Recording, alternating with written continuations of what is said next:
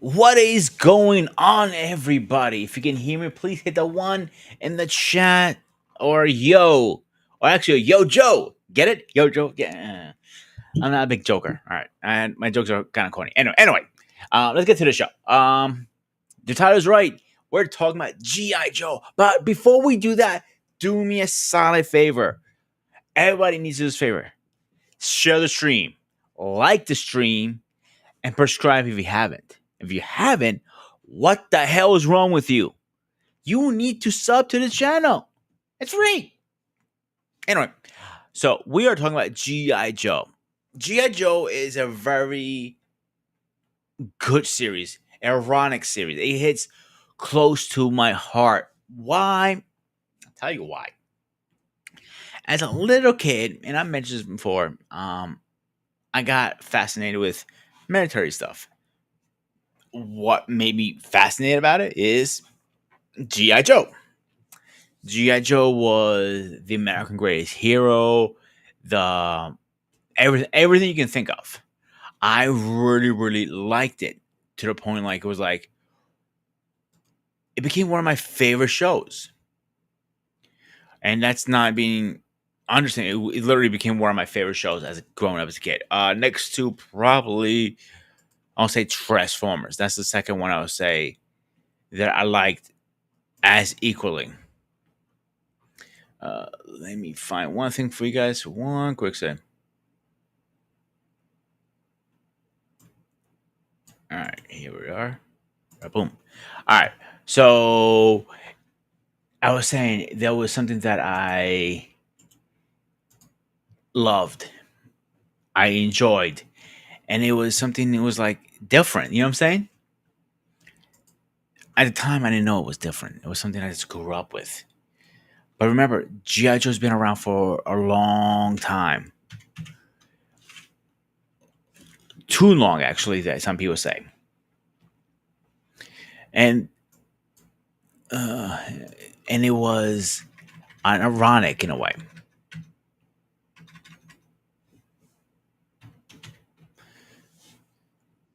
So, hang on one second, guys. I think it's not working. That's weird. All right, let me try this again. You know, it's funny. Only Paul always has an issue with the link. Nobody else does. I don't know why. All right, Mr. President, we're waiting for you, buddy. I'm gonna hold off for a second till that comes in. Let me do one of these. Move for, and we'll get right into when he joins us.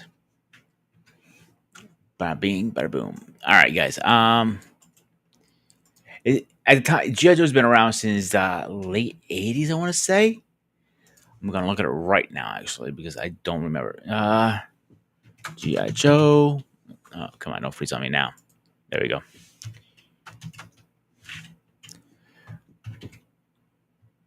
Uh, first,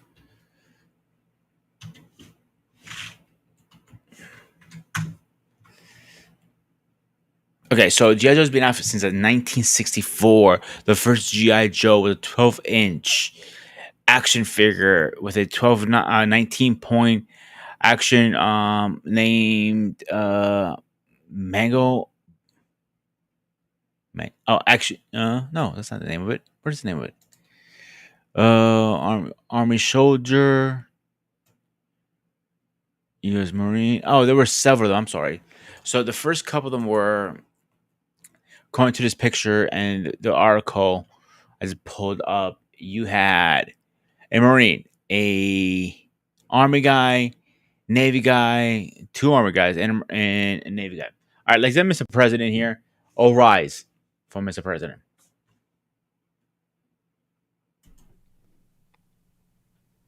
It's good, sir. What's going on, Mr. President? How are you tonight? Pretty tired. Spent the day in New Yeah. York with the ladies. Oh boy, I feel bad for your credit card then. Yeah, no, not so much the credit card. Just a lot of estrogen. So I'll leave it there. Yeah, yeah. You know what? Sometimes I think God's on your side because 4 women in one household, that's a lot of women. But let's get the next guy in here. He's known as a big guy. He's known as one of the smartest tech people I know. We're gonna change his nickname. He's not gonna be called Earthquake anymore. We're gonna call him Tech from now on. All right, Tech, you're in. What's going on? What's going on? What's going on, people? How's everybody doing? Doing okay, Hello, sir? good evening to Mr. President of the Seven Bs. How you doing?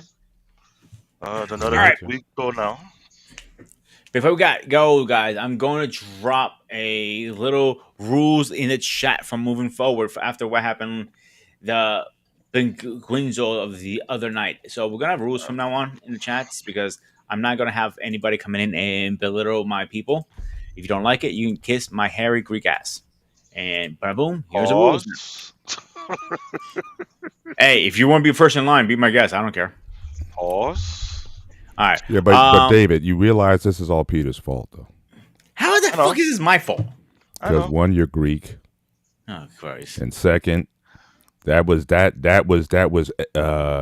you should have been mine girlfriend, ex girlfriend, not your girlfriend energy that was given off that night. So it's just something about you guys leave the women starving. So they tried all types of attempts to bring you down, man. That's ex energy. And again, I'm not saying you dated her. I'm just saying she probably wishes you dated her and you didn't. You said you knew her from high school, so that was probably the one that was trying to get you to look at and you never did. And she found your channel and she tried to drop the she tried to Actually, the infiltrate. funny part, Paul, is because she reconnected me on Facebook after so many years, 2 days ago, and I sent her the link. Like, hey, check out my show. I went to her, and because she Oh, didn't respect what Davis said, I don't care if you don't like what you said, but we respect each other. I don't agree with David's theories, and I don't agree with yours sometimes, and vice versa it goes. But we all respect each other. We're here to have a good time at the end of the day, Mhm. not I know. to You don't have to start worry about drama. me. I'd rather see who have the gall to lose their self-esteem dealing with me. I'm known for that. There's a reason why my parents tell a lot of people they're clear for me because I got that kind of mouth that if I'm going to roast you, I'm trying to see how much it would take me to make you cry or lose your self-esteem or lose your personality or lose whatever foundation that you built for many years. So I'm beyond a vicious individual. I just want to see if I can break you completely without even touching you. That's the first stage. So anyone want to touch me? I'm from Brooklyn. We built tough. I gotta be on a tough skin or thick skin, you wanna call it that way, because I come from both sides of the world. Here, Brooklyn, New York, and from the motherland. I don't got time for the BS. So you want to attack You me? sound like a goddamn Ford commercial. Built tough. Yeah. Do they This even still have those commercials out, or they're it No, I changed know. it now? the Bill Tough, not that was definitely 80s, Yeah. 90s kind of thing, but I haven't heard that in a GNC while. truck built tough, Hmm. built to last. Yeah. Yeah, yeah. I thought it was Ford actually. Yeah, Ford did that. No, it was Ford that did it first. Mm. Yeah. And GNC were trying to adapt it, but they lost the right to it. Yeah. Mm. I must say, David, you do look more handsome with the shorter hair. I'm just saying. I'm trying to keep it Yeah, this way. you're halfway there, sir. But Don't worry. If I go bald headed, then I gotta be worrying about all these ladies touching my hair, which I don't want. that's what you want, yeah. No, I did bald one time, and they was on my last nerve. I was like, "Do not touch my head." They can't help. It's irresistible, man. The fair. I could So care you less. let go of those hair follicles, all those pheromones that are in your scalp are released. So again, they can't help it. They want to put their hands, they want to rub their feet through there. They want to put their boobies on it. I mean, it's just that's Oh, just okay, but let's be crystal clear. You can't trust all ladies. Number one. Number two, you know where their head has been. Number three, women are too territorial, so they're not gonna let another woman touch where they put their hand on see that's already. the problem, man. We're too weak now, man. Whatever happened to this hand stuff? 70s, 80s. We're Gen X, man. 70s, 80s, man. We didn't care all that hygiene stuff, man. We drunk Oh, water from the hose, right? I'm sorry. We drunk water from the hose, right? Straight from the hose. We drank water, man. Now Yeah, everyone's like, "Where your hands have been?" hold on, We had better immune systems back then. hold on. Where I'm from, if a woman wants your ass, you a target. You ain't running from her. She will get you. She even drug you just to get you. Real talk. Oh, that's fine. Think, I'm talking about the hygiene thing, like this where your hands have yeah, been. I mean, that no that one cared thing. back in the day where your hands were. It was just again, your immune. We had tougher immune systems back then. Now all these kids, all these folks now, they catch every cold, everything now because, again, we don't have Um, that built-in immunity, man. no, it's not just that. They weren't built tough. They were built weak like fiberglass. And now's a week by not getting around those pathogens to build up those killer T cells and all that kind of stuff to build it up, man. We've been so isolated, man. You gotta, I'm All just trying to right. be careful. I don't trust ladies like that. They'll be like, "This is my What's going on, territory." Oh Mariano? hell no. Eric, my man, what's up, brother? All right. Before we get to this Homo sapien conversation, let's get back on track here. Who wants to go first with their opening, comments about I'll go. GI Joe? I go first. I go I knew first. that was going to happen. GI Joe, GI Joe, GI Joe. If anyone who grew up in the '80s grew up watching GI Joe, and they loved it. Because besides, and on the other side of the coin was GI Joe.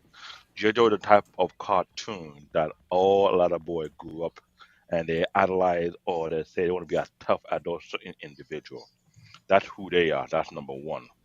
Number two, G.I. Joe has been a franchise that lasts for so long, for many years, with multiple toys. I know people who collected all type of G.I. Joe toys, and they end up becoming a high cost collectible, whereby mint condition is sold a lot of money.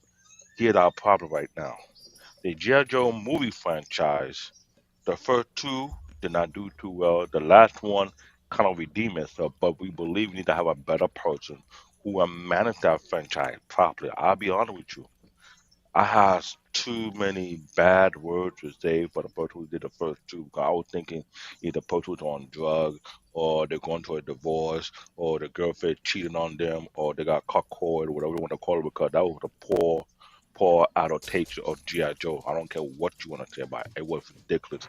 The second part, well, let me save it for the main show because I want to go in so bad, but still, the last G.I. Joe movie, I'm glad someone did it justice and did the right way, what it should be.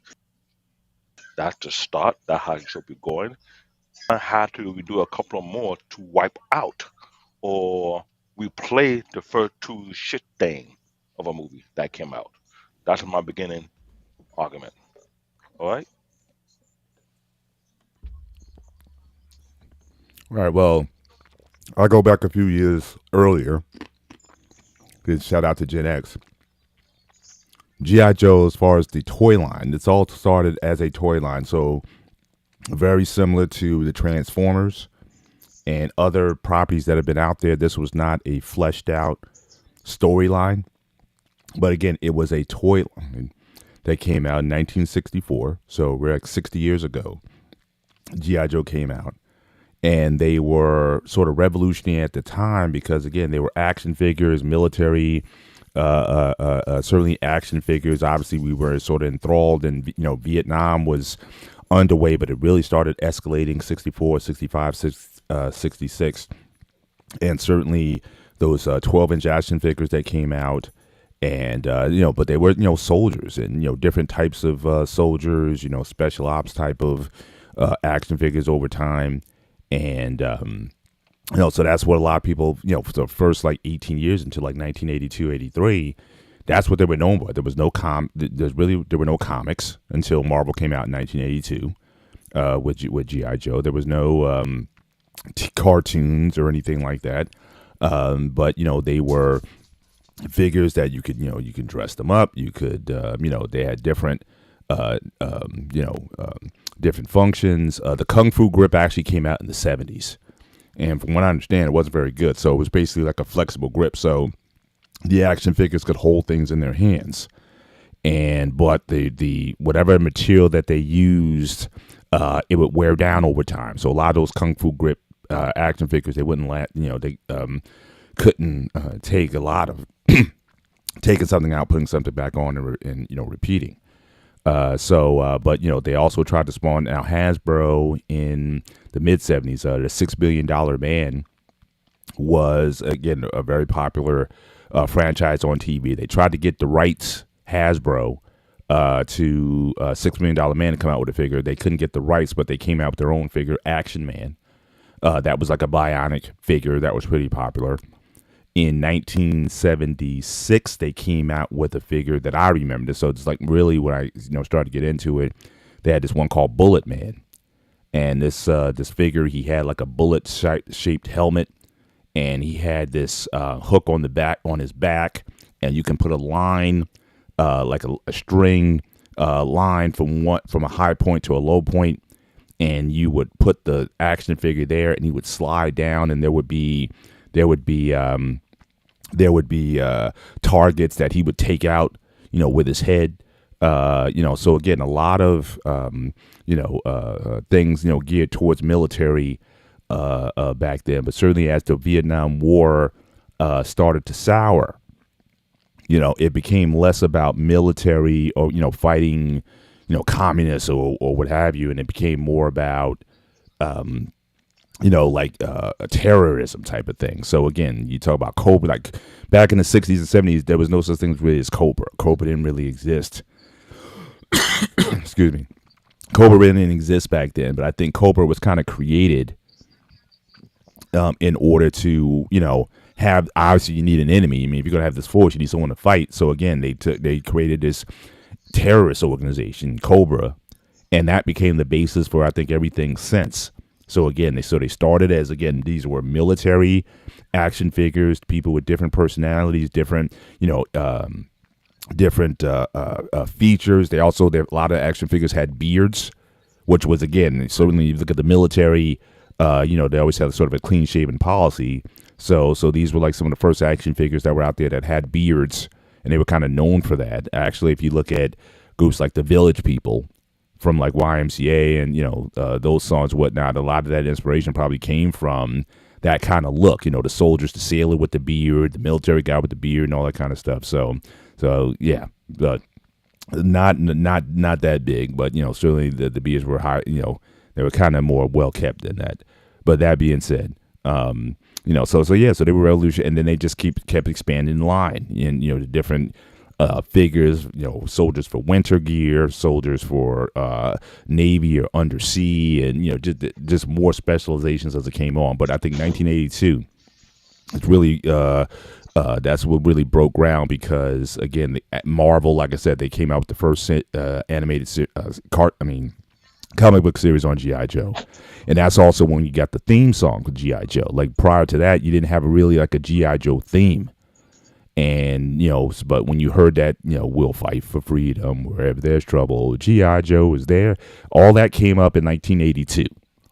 And 1 year later, you had the G.I. Joe cartoons came out. The animated series came out. And they came out as three major it was like multi chapter releases. They didn't just release the series like one adventure to the other. So you had like the Rise of Cobra. You had the ones where I think you introduced characters like Serpentor, and you had just all different. But it was like everything built up to like multiple episodes, but it was all tight. It was all like one theme. Transformers did the same thing in some of their series as well, but it'd be like a 3, 4, 5 part series that you would watch all week. So there's certainly a continuity. And then they kind of, the next season they went into, different, having like a weekly theme unrelated to the to the previous episode. But those early series, though, they definitely had you as like, cliffhangers. Essentially, they kind of locked you in with those. And so I followed up through probably season 2, but ironically, just like Transformers, when we talked about it earlier, after season 2, it kind of went downhill because they started introducing more pop culture characters. So, for example, and I know we're all wrestling fans here, but in 1985, they introduced Sergeant Slaughter from wrestling. as an action figure. And he was supposed to, as a sort of celebrity guy, and then they even went even further in 1986. So you had, in my view, the most overrated. Yeah, Sergeant Slaughter. Go back one. Yeah, Sergeant Slaughter. Yeah, they introduced that guy, who, from what I understand, now again, this has been ballied around. I heard Jim Cornette talk about this, that Sergeant Slaughter wasn't even in the military. So he probably had the biggest kayfabe of all time. Actually, Paul, that is 100% correct. So, a So little yeah, backstory on this really fast. I'm going to go off the topic a second. So, CQ was going to actually meet him with Nemo. Nemo was another veteran that he works with. And Nemo goes up to him like, he goes, CQ, are you sure you want to get his autograph and for the show? And ask him to come on the show. You don't know about the big kayfabe, the big controversy. Like what? He was never a Marine. He was never in the military, and because and he goes, "Oh shit, that's right," and that's why a lot of people in the military, like Siki is an exception to that rule. So a lot of people in the service look down on him, like, "But you pretend to be a service guy, but you never served. How the fuck do you know what's going on in there?" And the point, they're right, and I do understand where they're coming from. But in the same token, he's playing a character. He's an actor at the end of the day. yeah. I And mean, I must say, even though he played a character, he played it so well. Like, we didn't know, obviously, growing up, that he wasn't in the military, but he played it off as if it was. And again, he probably had you got to also understand the time, 1983. He arguably had the biggest face turn and pop of all time when he went up against the Iron Sheik. Which, again, if you go back in history, the early 80s, you had the Shah of Iran and the Ayatollahs, and all those people came up. It basically ruined Jimmy Carter's presidency. You had a lot of stuff going on with Iran, and the Iron Sheik was like the ultimate heel. This is the guy who beat Bob Backlund for the championship in 1983. And he was, waving that Iranian flag around and whatnot. So it was like a big deal. I mean, he was so hated. And when him and Sergeant Slaughter faced off, and again, Sergeant was a heel for most of his time, he became, you want to talk about a pop. He led the crowd in attendance in the Pledge of Allegiance.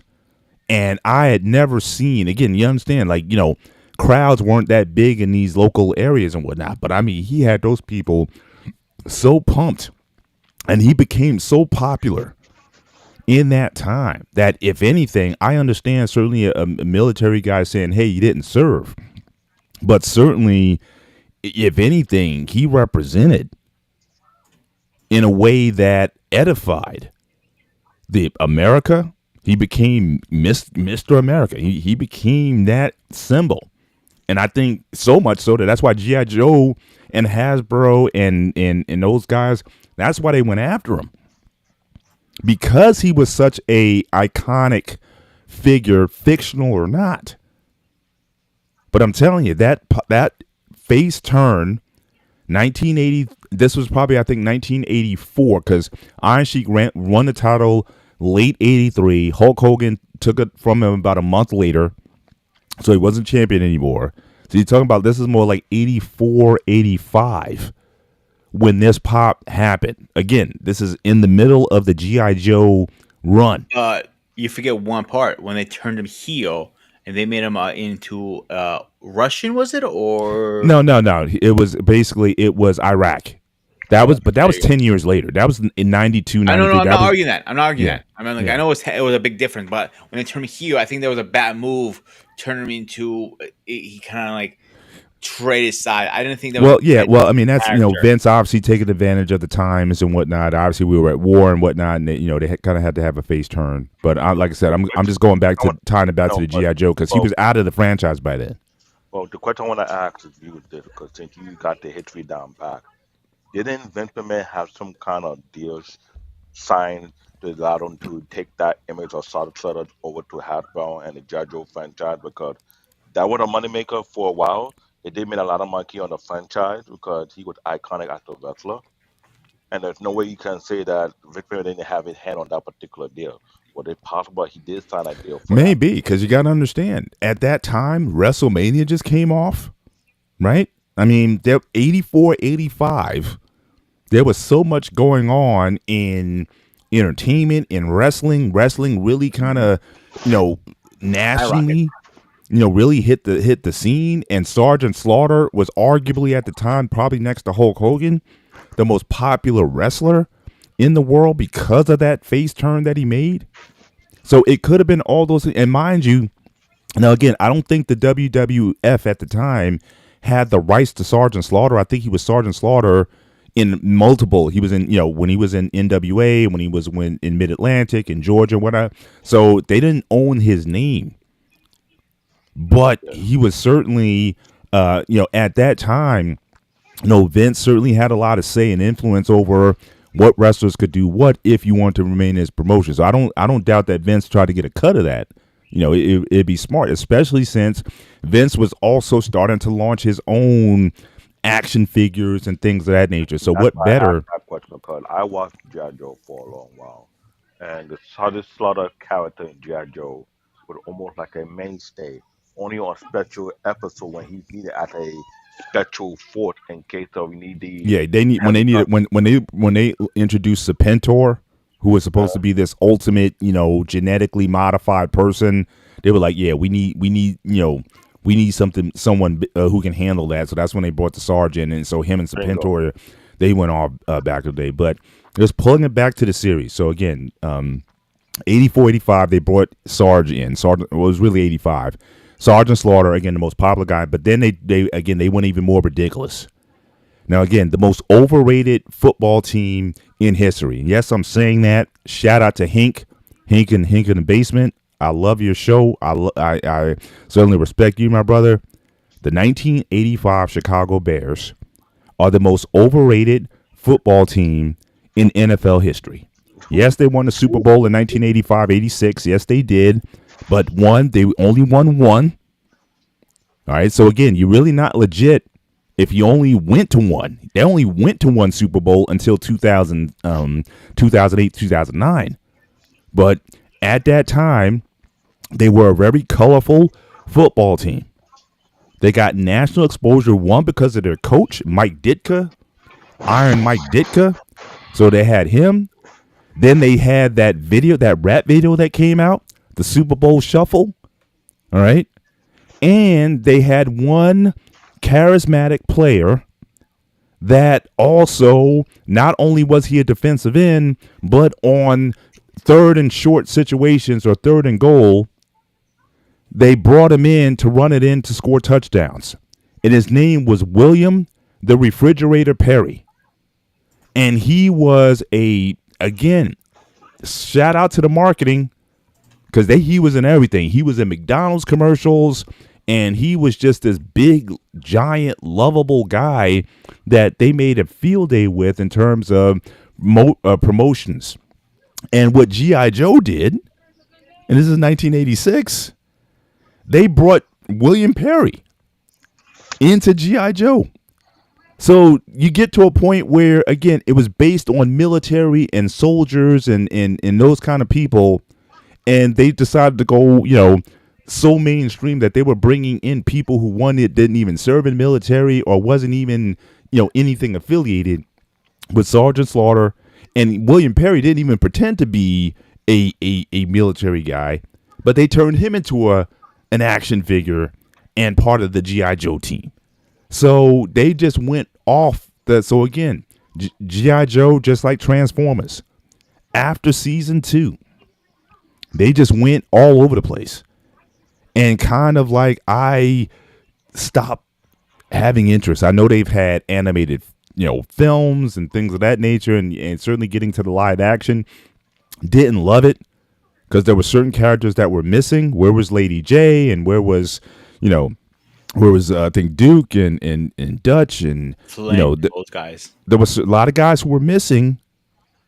And And again, it missed a lot of, okay, now again, Snake Eyes has always been Snake Eyes, and then his brother, his half brother, on Shadow.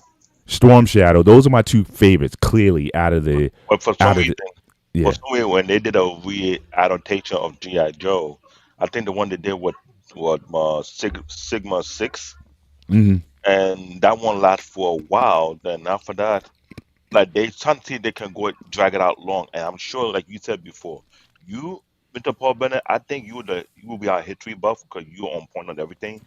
A lot of these cartoons were based on toy sale, and when the toy sale wasn't doing too well, was okay. Correction, put it back, go back up.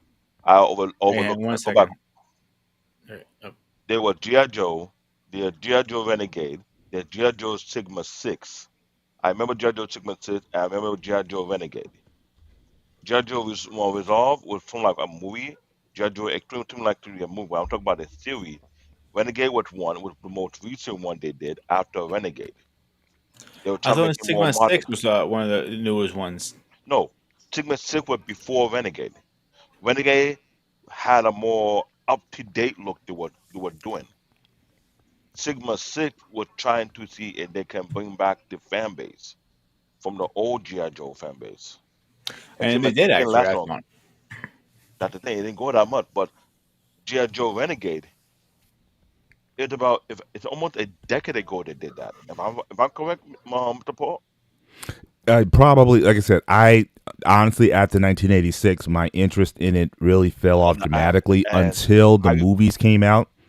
I mhm. saw the first two, really wasn't that impressed, and so I'm kind of out of touch with.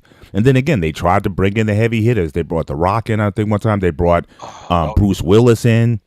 All He right, was supposed to let's be the back up here a special. second, Paul. Yeah. Let's have a conversation with the first movie first. Let's talk about it for a second. I was offended, very very much, and I don't get offended very easily. Oh, fuck off down there. Um, so a reason I got offended is first of all, we're not stupid. We're not idiots. I like some things about it. I like when they had the special base on the ground and Right. they're trained. I like Yep. that part of it. That Yep. that felt GI Joe. Training them with the we ask you, you don't ask us kind of motto with General Hawk. I like that part. The part that started sour for me was those X-Men suits that were in the and they're speeding like they're running like Sonic. And like now it became very cartoonish. The movie Hmm. Ritline was, I think, the actors they used perfect. Everything was perfect. I felt they had a perfect cast, a perfect story, except the one hiccup. Your turn is coming soon, David. Don't worry, you're gonna have your piece in a minute. Those suits that screwed up the whole goddamn movie for me.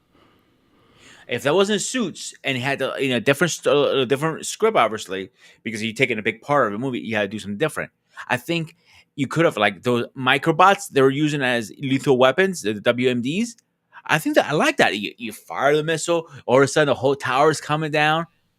That's a Cobra Commander kind of attack. But Cobra Commander didn't come into the end of the movie. Why? Right.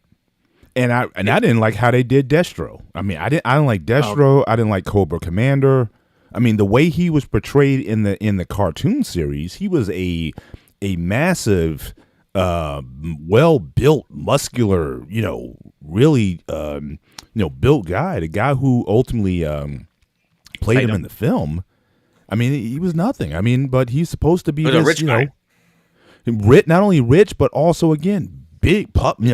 I mean, Destro had muscles on him. I mean, Destro was like, Jack. nobody, yeah, nobody would mess with him. I mean, you no, could have, it wasn't like he was black. they could have casted Dwayne Johnson as Destro, and I See, think that would have been well done. the way Deathstroke had been portrayed on multiple adaptations, Deathstroke was a high level scientist with so much promise. He wasn't Jack, he was Rip. Whatever experiment he got himself on the last adaptation, Hang something on, bring up fun. a picture of Destro from the Real American Hero series. Just bring him up. Do that Give me because 1 second, the Paul. last adaptation they trying to do an in depth of each character, and which what they're trying to say from Deathstroke, one of his science experiment went wrong and fell on his face, and it got solidified. And since then, he could never be who he was in the public, so he had to come to a different name with Deathstroke. But the thing about how they were trying to build the character in the movies, I'll say go back to the first one. Marlon Wayne should not be in Jimmy G.I. Joe #1. You don't crack that. You don't need one that will crack way too many jokes. That was the issue with Nah, me. Destro was look at me. Destro was Jack, bro. Look at him Do it. picking up Cobra Commander with one hand. I mean, How, That's how the pronounce Rock. the word? That's Dwayne Johnson right now. Look It, at him. it, I it should mean, have, plus he's a should have, bit should have dark been that skinned. show. Dwayne Johnson should have been Destro. But the thing that when they made him roadblock in the second movie and you will kill off Duke, I'm like, hold on, time out. We're gonna get to the second movie. Hang on a second, Dave. Don't go too far yet. I'm not going Finish too your far yet. comment on the The first first one. one, I the want first to touch one, base on the second one. the first one for some reason I felt like it wasn't a perfect cast. They had one person or too many, one or two other people who were not. But Marlon Wayne was the one that stood out like a thorn because Emma who watched G.I. Joe, we didn't have someone who would crack and joke a lot like that. We had one with crack and joke, but the kind of joke you were cracking was a lame ass based on battle tactics, but wasn't that type of what Monway was doing. It wasn't a black character, it was a sailor. They put you with a sailor who just he was obnoxious but always complained. And when they're trying to do a character projection on how what character supposed to be, they didn't pick the right people for the right type. They were trying to how you want to call it modernize or be woke about it, and that thing irritated me. So kind of like the first G.I. Joe movie, it was beyond a bad thing. It was worse than Transformer first movie. That's how I looked at it. Mm. That's my take. There are a lot of good parts of the GI Joe movie. I'm not gonna deny it. But what's destroyed it was those goddamn suits. I'll be honest with you. The I suit like part, it. I'm sorry. the suit, it's not the only thing that destroyed it. Here's the thing: the storyline felt like it was short, very very short.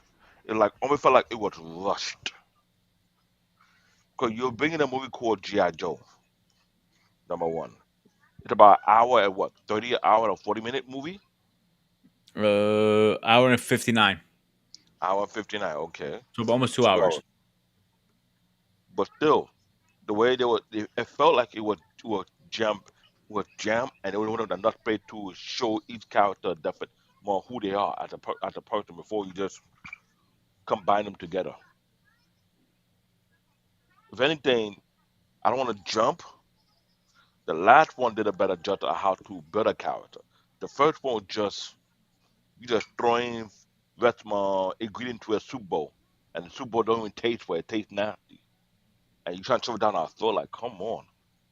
The suit, the power suit they got him wearing, it was like too much salt in the soup. That's how it looked like to me. It was a disaster. Reactions. That might be on See, that one. I'm gonna argue. I think the suits destroyed the movie, David, because I think the guy who they picked for Duke, I think he was good. I think he fit perfectly for him. No, Duke was perfect. Was perfect. It's just that certain other people who play certain characters, especially Marlon Wayans, made it look bad. Mm.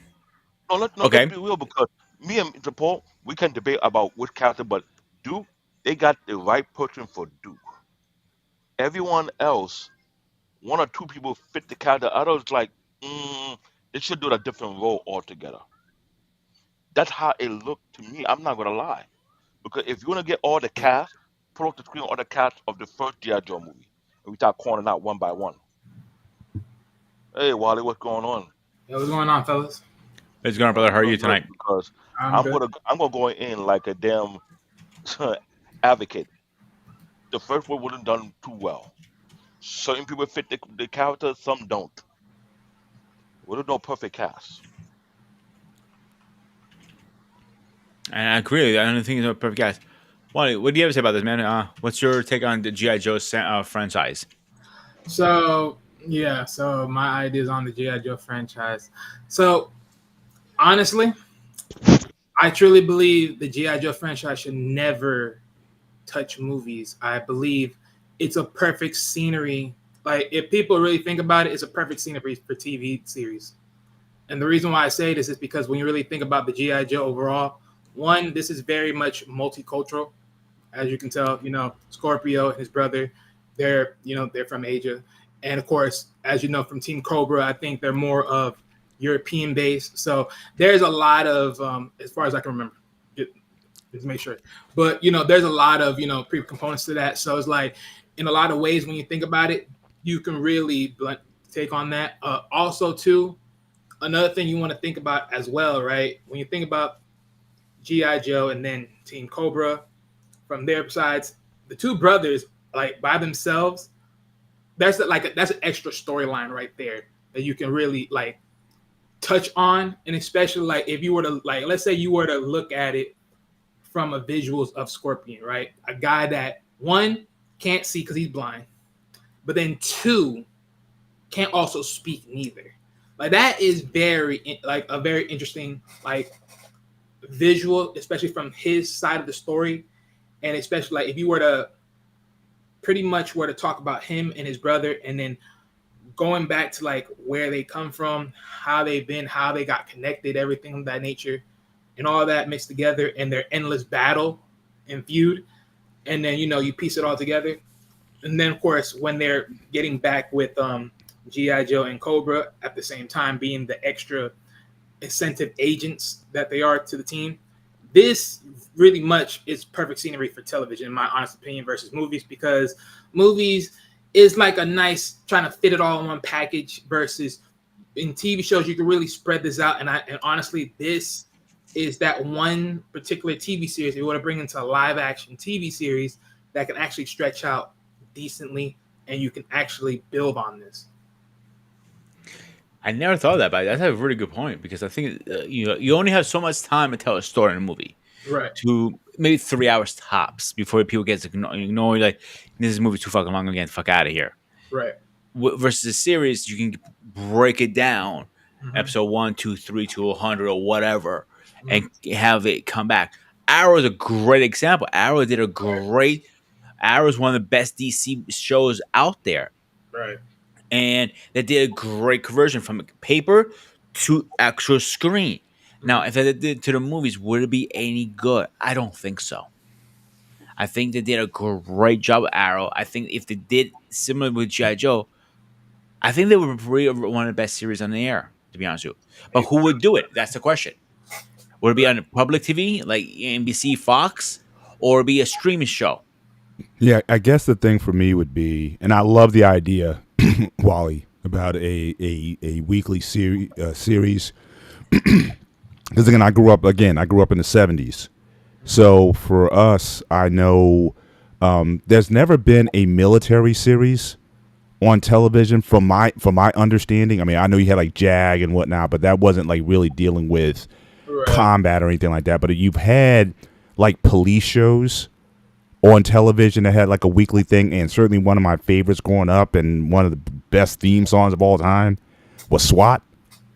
So I could certainly see a G.I. Joe taking after SWAT, and even the new one that's on now, I can kind of see that kind of element being applied, where every week there's like, again, there's a terror threat, there's some sort of terrorist group that they're trying to take down or whatnot. I think Hawaii Five-0 did some of that as well, where G.I. Joe is in special ops, but again, more a military function versus or special ops function versus a police function. I could certainly see that working, but I've never seen a military series. The closest thing, and again, I can't even put in the same category, you had the A-Team, which again, these are ex-military guys, but again, they did all these special, but they would help like, ladies with a bad landlord or something like that. So I don't know how that would sell.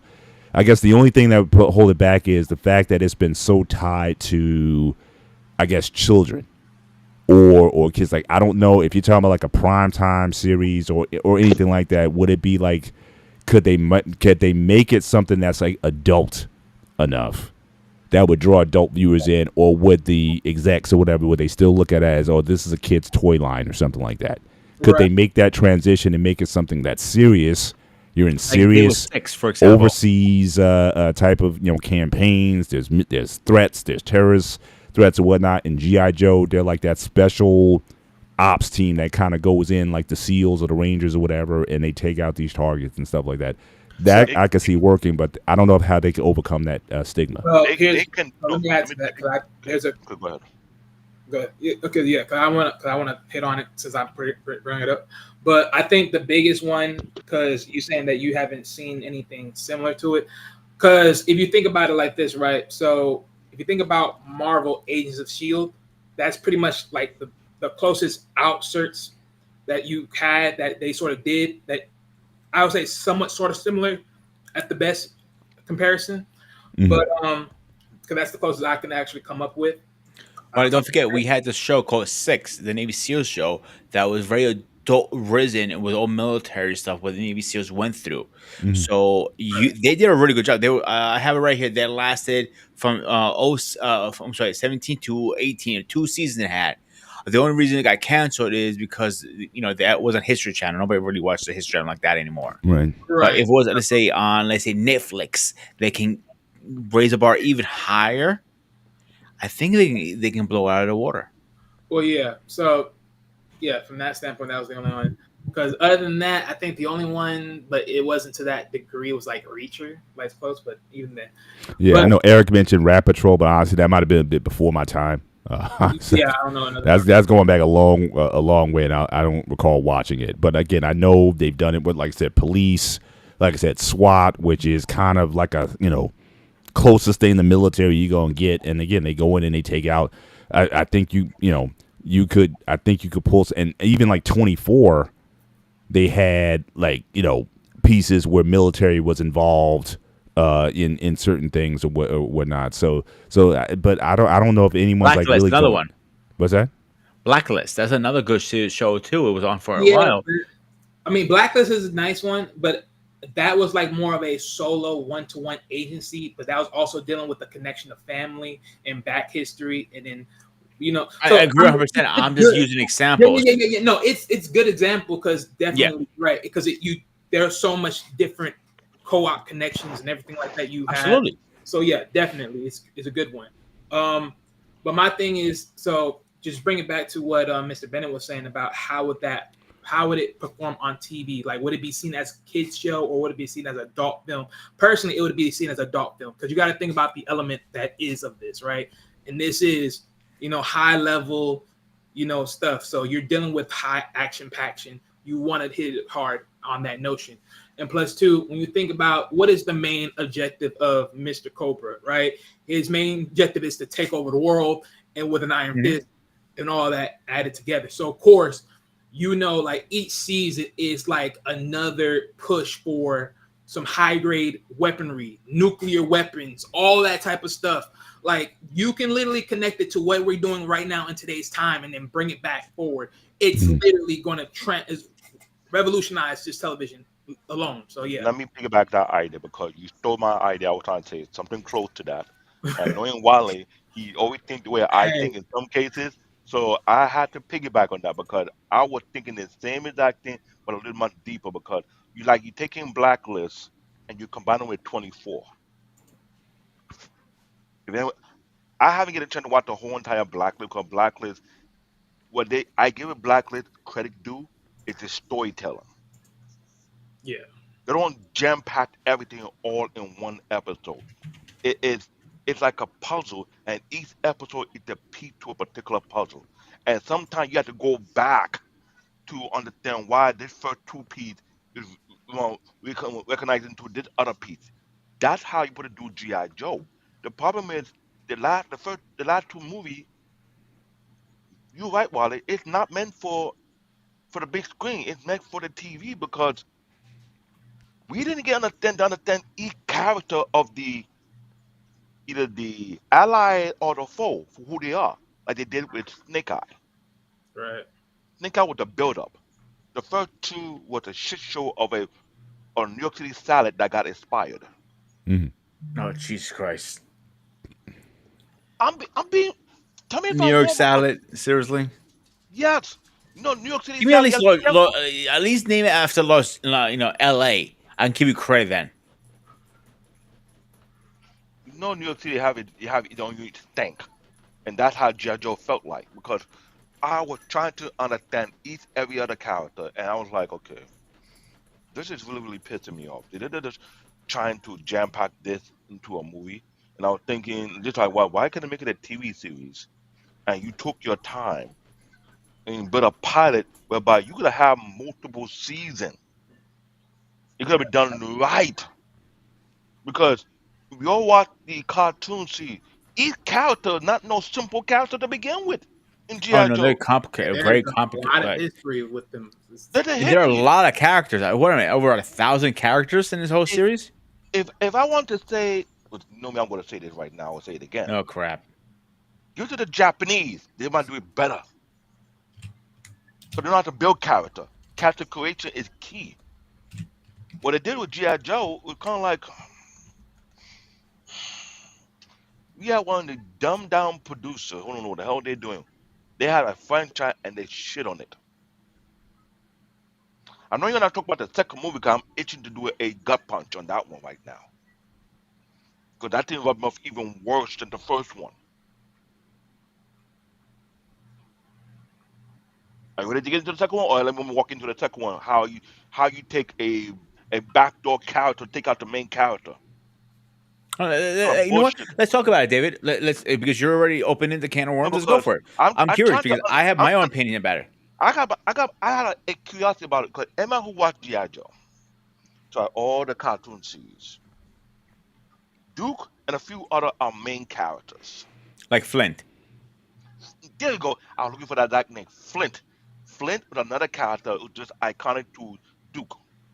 Uh, Roadblock, It was Duke Flint. It was Duke Flint and Lady Jade. That was like the top bingo, tier. And top And tier. General Hawk then too. yeah, And where do you put Roadblock at? second tier with those Second other or guys. Roadblock, who was the guy with the navy, the guy second or with the third navy tier? guy, the guy with the cowboy hat on.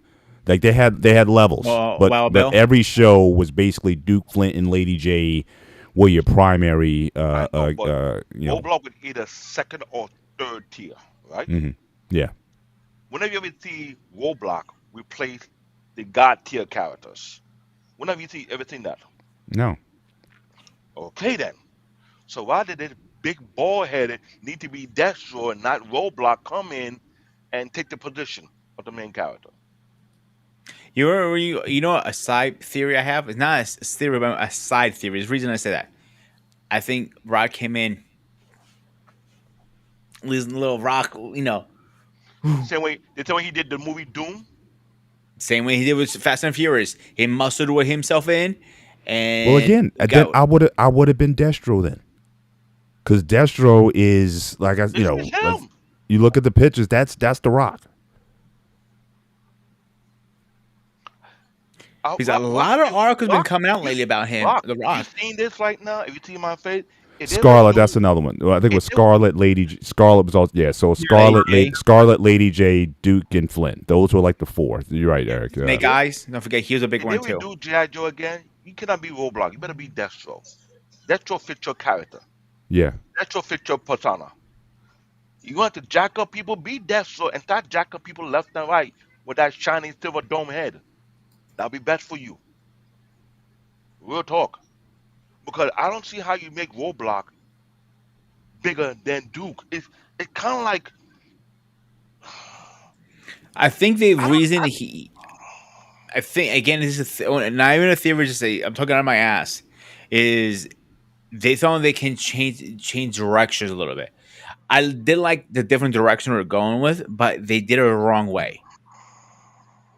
I can see the vision, but they executed completely wrong. It's like fucking having chicken salad made out of chicken shit. Wait. Wrong way? How is the wrong way you just killed out Duke? I'm trying to hear David. Oh, come on. I'm No. trying here to give Ollie, him a Ollie, better Ollie, doubt. Ollie, tell me if I'm wrong. You got Duke, you got Flint, you got Scarlet, and who else again? I didn't hear you, Mr. Bennett. Lady J. Lady J. Four God tier, top of the line character who put because show at the leaders. These are top leaders that run the operation. Flint is the shadow leader. Remember, he worked behind the shadow. Duke put to be the figurehead, but Flint put to be the one behind the back that pulled the string, right? Why would you move the figurehead and you put Roblox when Roblox either secondary or third? No, chain of command, make it make sense. It doesn't make sense. That's the problem. It makes no sense. Flint, sure, okay. I can see if you say Duke got hurt and he's in a hospital and he's unable to combat or do anything. I can buy that. Hey, hang on, David.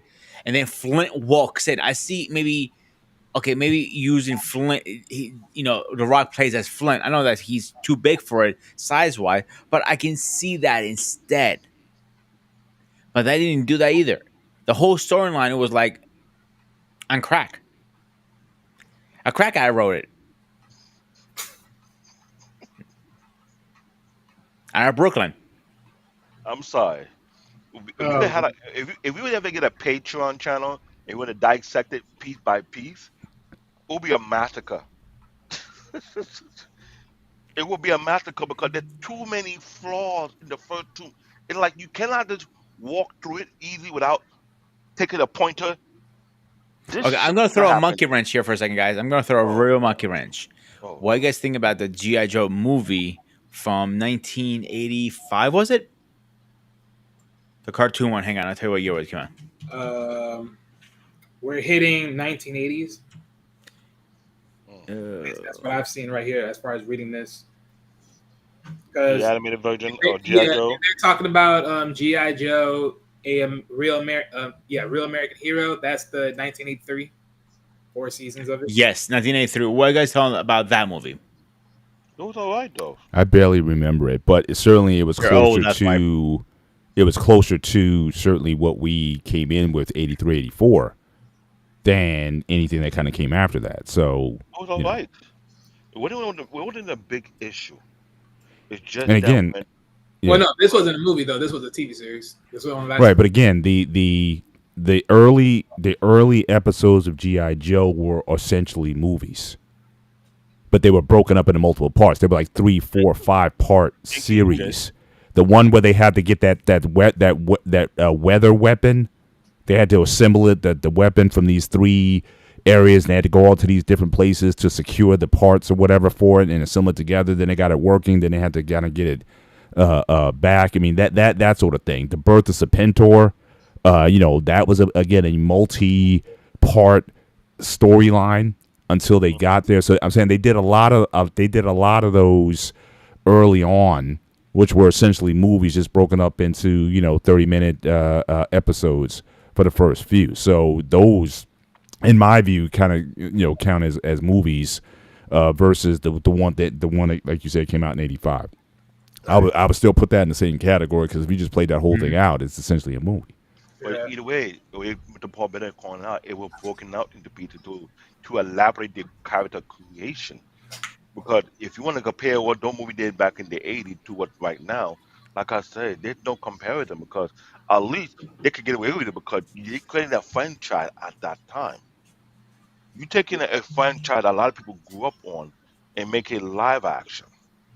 Whereas Wally will tell you, I have said this many times, but we should have me and Wally we have these discussions about anime or certain things that should never be live action because this is what EJ said. He said there's always a potential disconnect between the writer, producer, studio exec. Maybe that's number one issue. Number two issue is sticking with the story. Remove all your bullshit walkers. We don't need it. This is why I have an issue with American movie production. They were they were effing up so bad that people who grew up and love certain franchise, they start to hate it even more. Mm. Yeah, but you got to think about this too, David.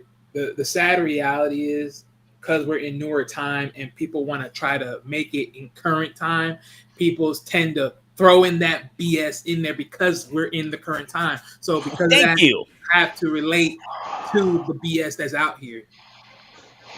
And I hate to say it, I'm glad you said that. Current time. Current time Airbender. The BS destroyed that particular Oh franchise. God, don't get me talk. Don't. Current time Enter to the Voltron bullshit they put on Netflix.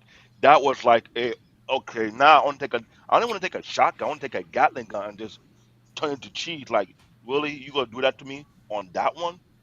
I mean, think about it. Even X-Men '97, they finally current time finally gave you know who an actual side on the pivot of what they I'm are. I'm glad I didn't see that yet because I've been hearing a lot of rumor about that one, and people were pissed. I was like, really? Like, are you for real, for real? Because every time you want to bring modern bullshit to franchise that don't need that bullshit, it get worse. It And really does. it does, but on my thing is this: it was the only one that I can say that is fair because of the simple fact of you know how yesterday time is, and because everyone was so heightened. So of course it's like, well, we're not gonna tell you what he is, but you know he's pretty co-op because of his livelihood. But Are you you know, secret, here? secret. Here my question: are you trying to make money, or you trying to shoot yourself in the foot? Which one is it? Well, Both. and that's part of the problem right there too, because No, because if I was to go to school and go into school for being a director or a writer for a movie, if I see a franchise that put it in my hand and they want to throw, I'll ask them two questions. What that bullshit you want me to shove down my throat to put in the what's that I make?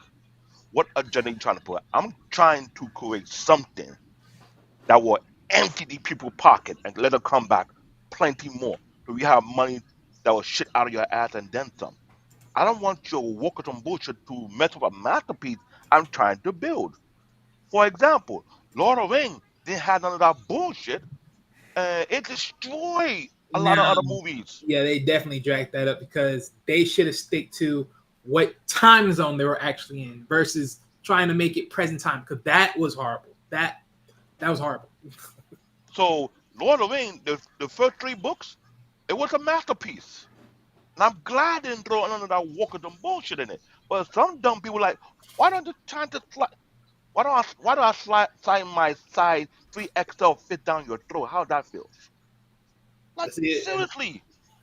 but you got to It's think like about it. You got to think about it. You can't be surprised though, right? Because I'm not I'm granted, not I'm not saying I'm well, not yeah, being surprised. It's well, just yeah. that I'm not I saying watched about you being directly the surprised, amount but of shit show movies mhm. for the past decade, and I'll be asking myself this question. Have they lost their credibility or they're completely full of shit? But I see, got so turned off of American movies. I'm so addicted watching what the next masterpiece that'll come out of Japan or China because they're consistent. They tell a story and they keep to the story without adding too much unnecessary fat or mayonnaise or raisin in it, which I don't need. That's the But issue. let me ask you. 'Cause I hear this come up a lot. In terms of when we talk about DEI, or diversity in these films, or wokeness and things of that nature, which I hate because woke actually meant something. And since there's three black guys on here, woke is supposed to mean something that's special to us, and we all supposed to understand what that means. And now it's been co-opted to mean something that's totally different. Are we talking about the storylines, or are we talking about casting? What is driving your angst? So, for example, if they casted The Rock as Duke or Flint, would you have a problem with that? Hell so yeah. Why? But see, I'm gonna push back on that. No, let me tell you why I Because say that. again, you're talking about hang on, you're talking about fictional characters. These aren't figures in history, right? You're not gonna say you had I this get it. I get it. I historical get it. character. These are I get it. fictional But guys. These are give me an example. cartoon characters. Let me get a now wait a perfect minute. example. But David, I want to throw a monkey wrench too. Imagine Tom Cruise trying to play the character of Reacher, but in the book, Reacher the tall ass dude, but he's That's a a different. You're midget. talking about aptitude there. You're talking about aptitudes. And certainly his size mattered. We're talking about David, just you forgot the it. skin Tom color Cruise. of the individual. Like I said, if you put Flint or Dutch, if The Rock was cast as that, or whoever you want to, Michael Jai, whoever, but He the has to lose character didn't weight. look like who was historically that person. I'm saying you have a problem with He that, will have even to though we're talking lose. about fictional Give me a characters. I'm being technical. He has to lose a little weight because first and foremost, Duke wasn't jacked. Know what Flint? Flint and Duke look like charismatic dudes who have been there long enough. Rock here's my built the total depth. I'm looking at characters. I watched it. I remembered it like it was yesterday. Duke wasn't huge. He was a solid person, but wasn't huge. So was Flint. Dexter was the big dude. His build is similar to the Rock build. I agree. I agree with. I And agree with that. if you want Rock to But play man, or take Flint, take him out. All right, take him out. All right, Wait, all right. pick Michael B. Jordan then. Forget The Rock. Michael B. Jordan. If he played Duke or Flint, would you have a problem with that?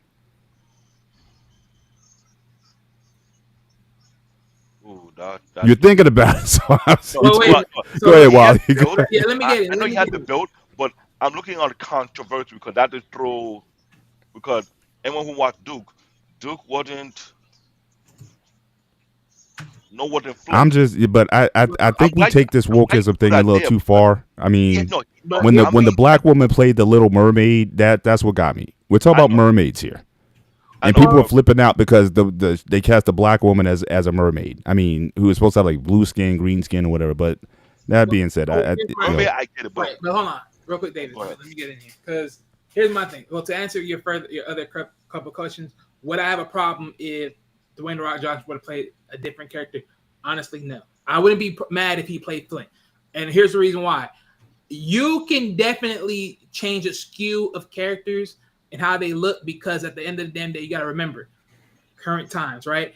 And let's be honest, the one way you would build one person one way back then would be different the way it is now, especially if you're training a certain different way.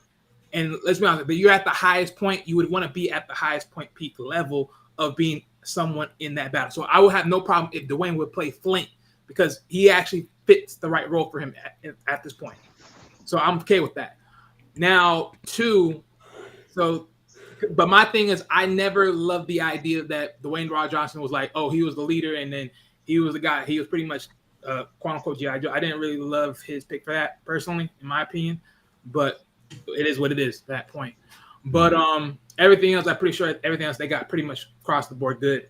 But he was the only one when he got into the movies that I didn't love his choice. I honestly believe that he should have been Flint, but oh well. I guess you know how it is. His ego and he got to be the main guy or whatever. absolutely. And then I get what you say why he could play Flint, but I'm looking at the character projection of what they look like because, like I said, when I see Flint in military standard, you watch the Um, guys in the military, they're not as huge like The Rock is. The Rock is Granted, huge. that's true.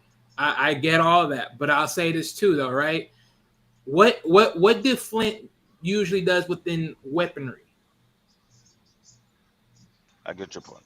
Thank you. You gotta carry that big load right there, and that takes a big man to hand that. Flint, no, but Flint is no small dude. I know that, Yeah. but as I watch all these charismatic fitness trainer who's in the military who not huge like The Rock, but the stuff they do, Rock cannot even do it in themselves. Right. They'll Hey, look that's at Right. their body like it's nothing. But I'm So still they're right. different. They're a different type of build. But I, now, but that's not new though. And we talked about military movies earlier. Have there been ones that kind of dealt with this? There's one more movie that I got to mention that you could arguably put in this category that you could have had a team like this that they could have been a GI Joe team. In fact, in a sense, they were Predator.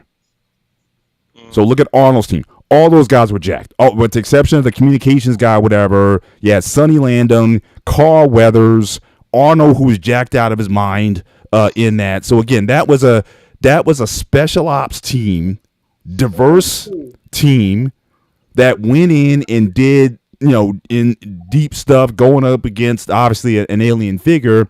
But that could have been something that you could have possibly based GI Joe on. These are like the elite of the elites. just They gave come in and they do stuff. I mean, you could use that almost as a model for GI Joe. And I, I, obviously, I, in the I '80s, get it. those guys were jacked back then. So it is I get possible. it. I get it because when you talk about character creation, right, and you talk about the military, And Arnold would have uh, been a great Duke. shout out to Arnold Mandrell. would have been Duke. Shout out to Mandrell because when you talk to people like Mandrell and a few other people who have been in the military, you understand something about the type of build they had. And I get it when you're out in the field. Yes, you need to carry heavy machinery, but the type of training they have, it's not always making you so Yeah, huge, but it yeah. built a level of strength that even the bigger guy cannot compete with. That's So why well, it's yeah, yeah. Jesse Ventura was in the movie. He had a minigun. right? I mean, he had essentially something that's meant for helicopter turret gun. He is carrying in his hand. He had to be a big guy because They got to put who's stuff. wielding that? You're not gonna have a 5'10", 165 pound guy wielding a minigun. I get it. I get your point. That's why I say Okay, when I look at character, I try to be let me be more precise. so look, you want to know the exact movie that proves that this can be legit? But as far, well, even though it's a movie, but it's not really a TV show, but it's still proven that it can be legit in modern times. Expendables. That's a proven Yeah. fact that this can definitely be a TV show.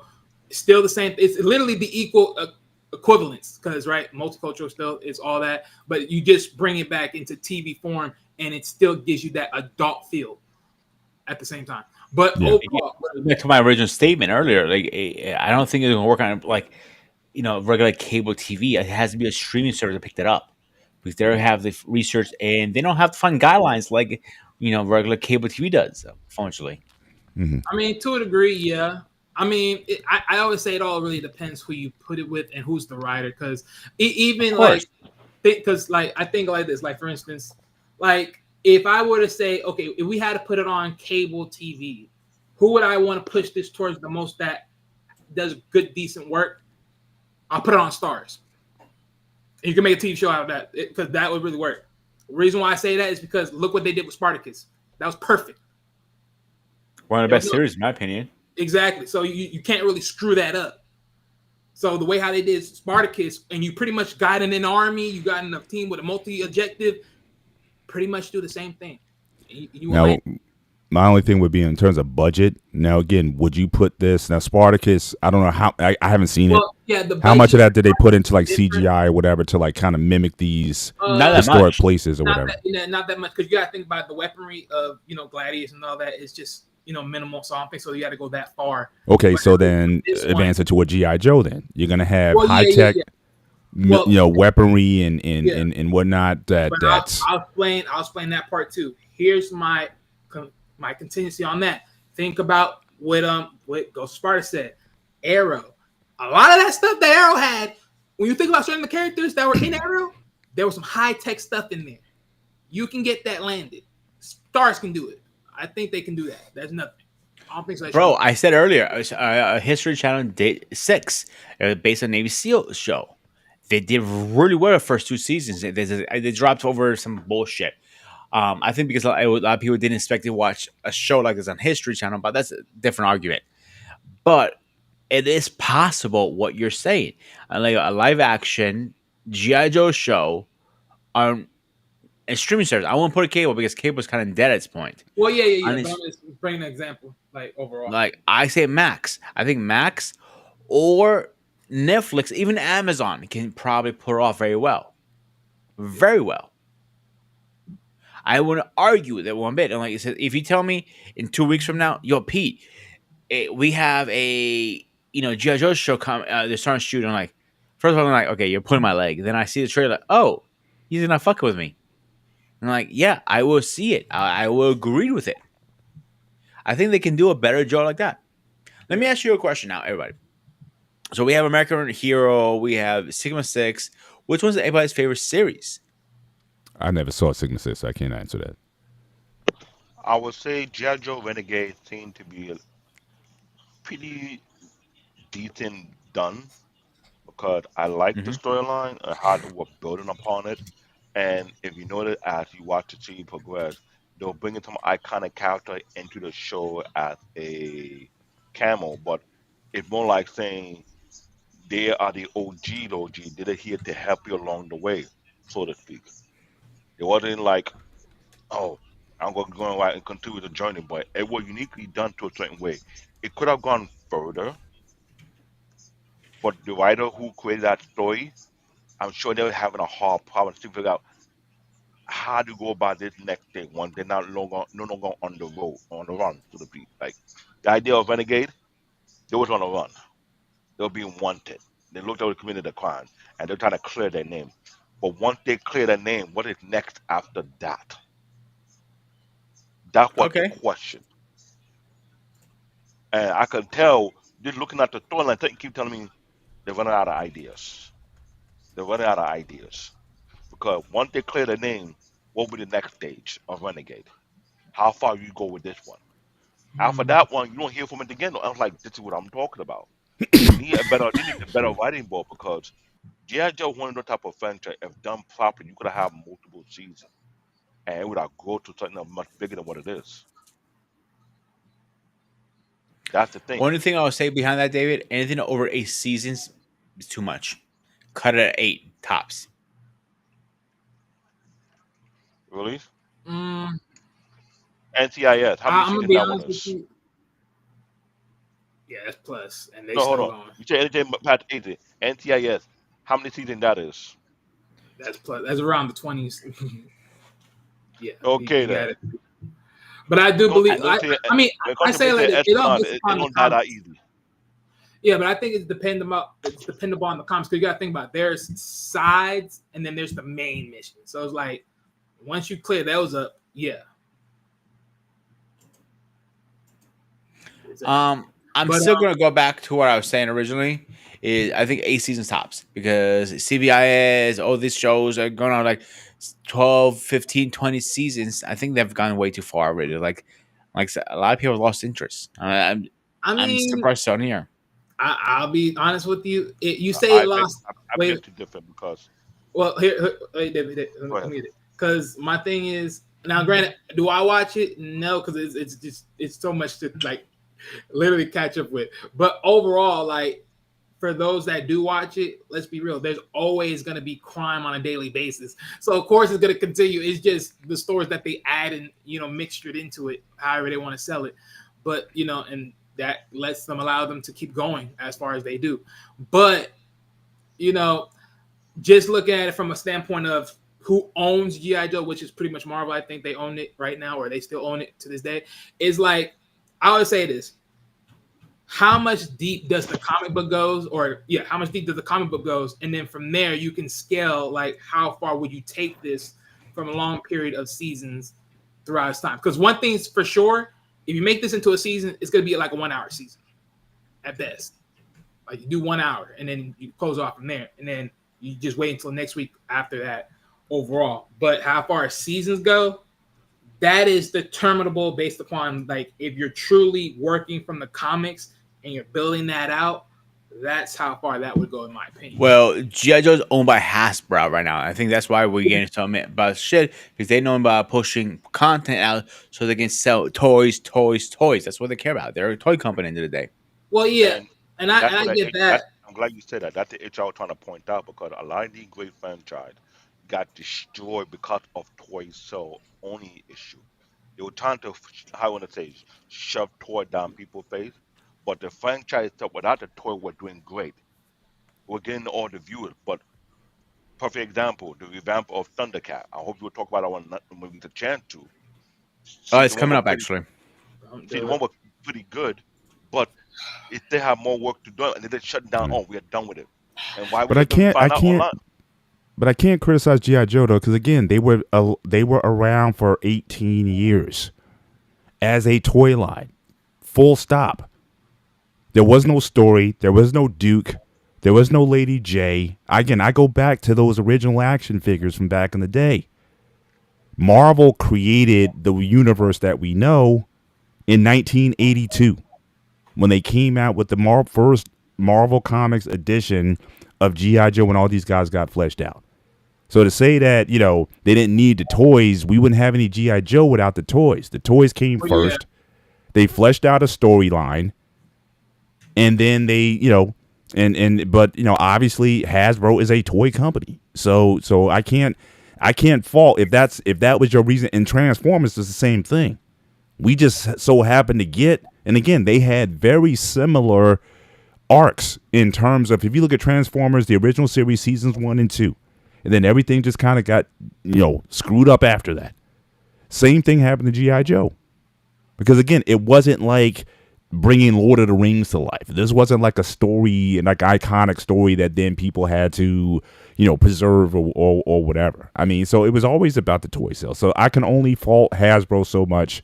You obviously want to create, again, that's why they created all those characters, like I said, in the 70s, Bullet Man and the Atomic Man and all those based on $6 million Man, and they just got more creative ways to create action figures that went beyond just military guys in order to keep the sales going. So I can't fault a toy company for wanting to sell more toys. And let's be honest about one other thing too, right? As far as a business, however you want to look at it, merch is always going to be important. Toys, merch is always going to be important.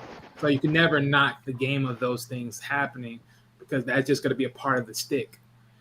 That's across the board. Like even if you think about it, same thing with Marvel is across the stick. The toys, the video games, the TV shirts of multiple, heroes or villains, however you want to swing it, is always going to come out. It's always the trump card. It's always those things that just comes out and be on sale and give you money.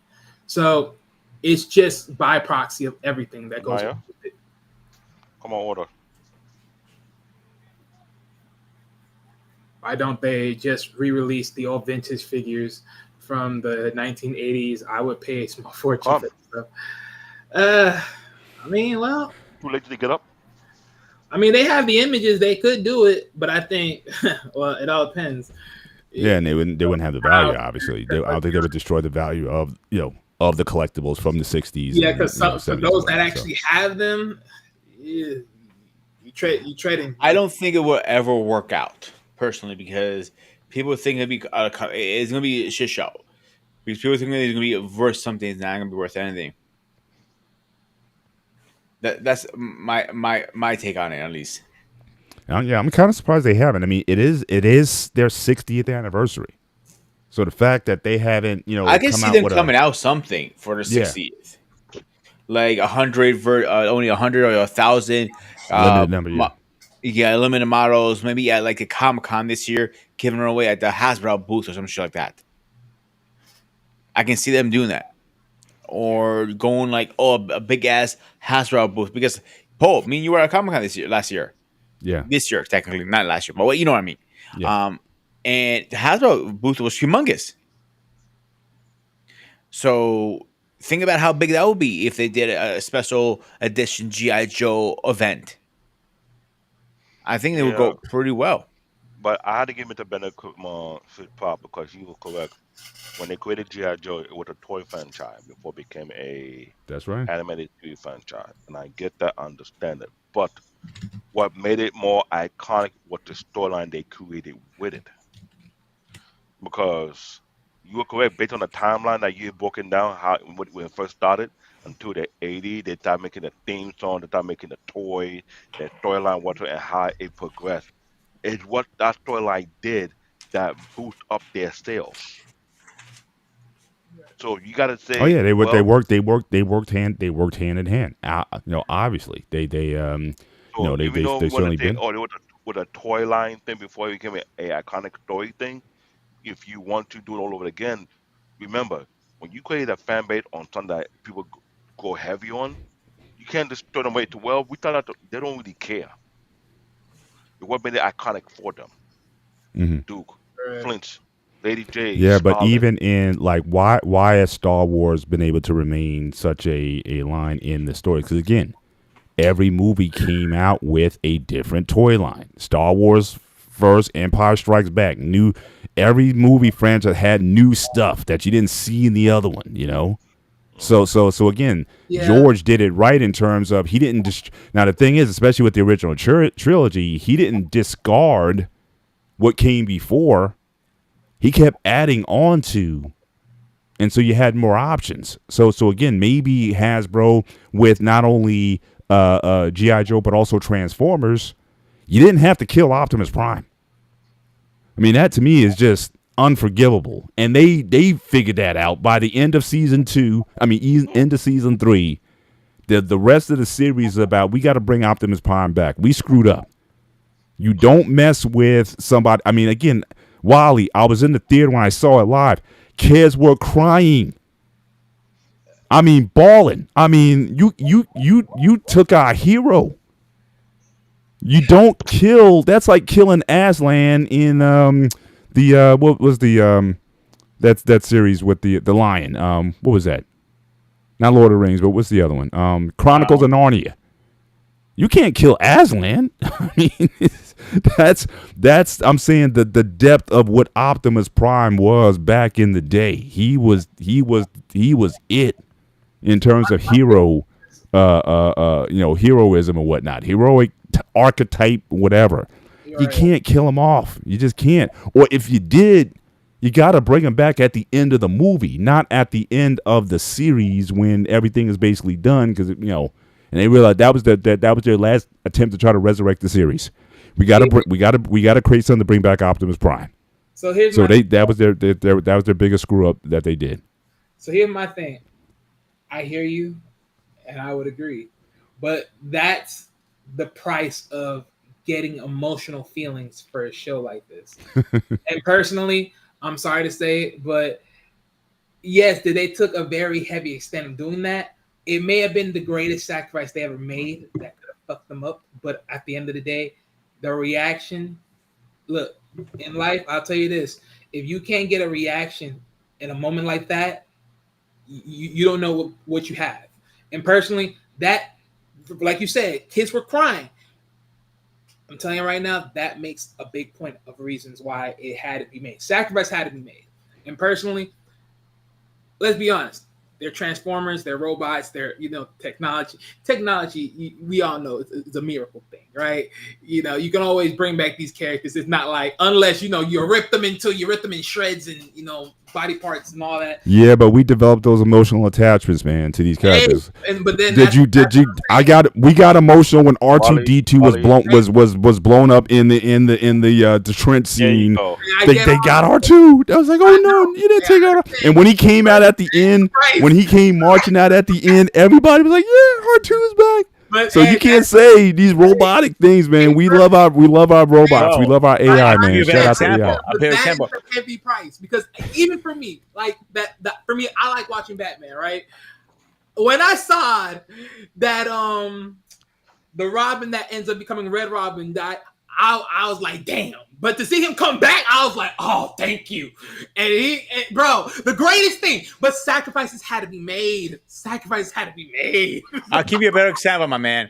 I'm like, you look They like didn't you're stay around my age. sacrificed for long. That's my Hang on a point. They second, brought Paul. R2 back. Okay, that's my Well, point. you look like you're around my age. So even with the Power Rangers, when the Megazord got destroyed the first time, it's coming apart. I go, oh fuck no! Or even better, when Tommy loses his power, the Oh White Ranger man. like that has to be Tommy. Like I fucking knew it. I fucking knew it. I fucking knew it. I fucking And knew it it. and again, it also applies to ships. Sacrifice had to be made. It also applies to ships. Look, when Star Trek 3, another emotional Star Trek 3 The Wrath of Khan, when they blew up the Enterprise, there was a hush. Gasp. No. You cannot destroy the Enterprise. But what were they smart to do The Bennett got in a the point. next movie, The And Voyage Home, You know the what? new Enterprise, NCC 1701A, they bring it out. The people went nuts because there's no Star Trek without the Enterprise. I don't want to hear about the Farragut. I don't want to hear about the whatever. I don't want to hear about any other ship. You better have an Enterprise with Star Trek. Again, they knew. So again, I get the sacrifice thing, but there has to be a resurrection. Come on now. I'm Christian. Yeah, of course. Without a sacrifice on the cross and no resurrection doesn't mean On that anything. So note, we got on that have note, that, since you man. mentioned that, Mr. Bennett, let's go right into the G.I. Joe franchise. How you Red Duke since they kill him out for a roadblock? Man, you really are hanging on about Duke here, man. You have a crush for Duke? But Hey, I don't you blame have him. a Now, for him, see, look, now David? humans, that's a whole different notion. Though. I ain't gonna lie. He got a point there. Thank you, Wally. That was a perfect heel turn right there. Because at this point, are we gonna start saying you're cloning? Mm.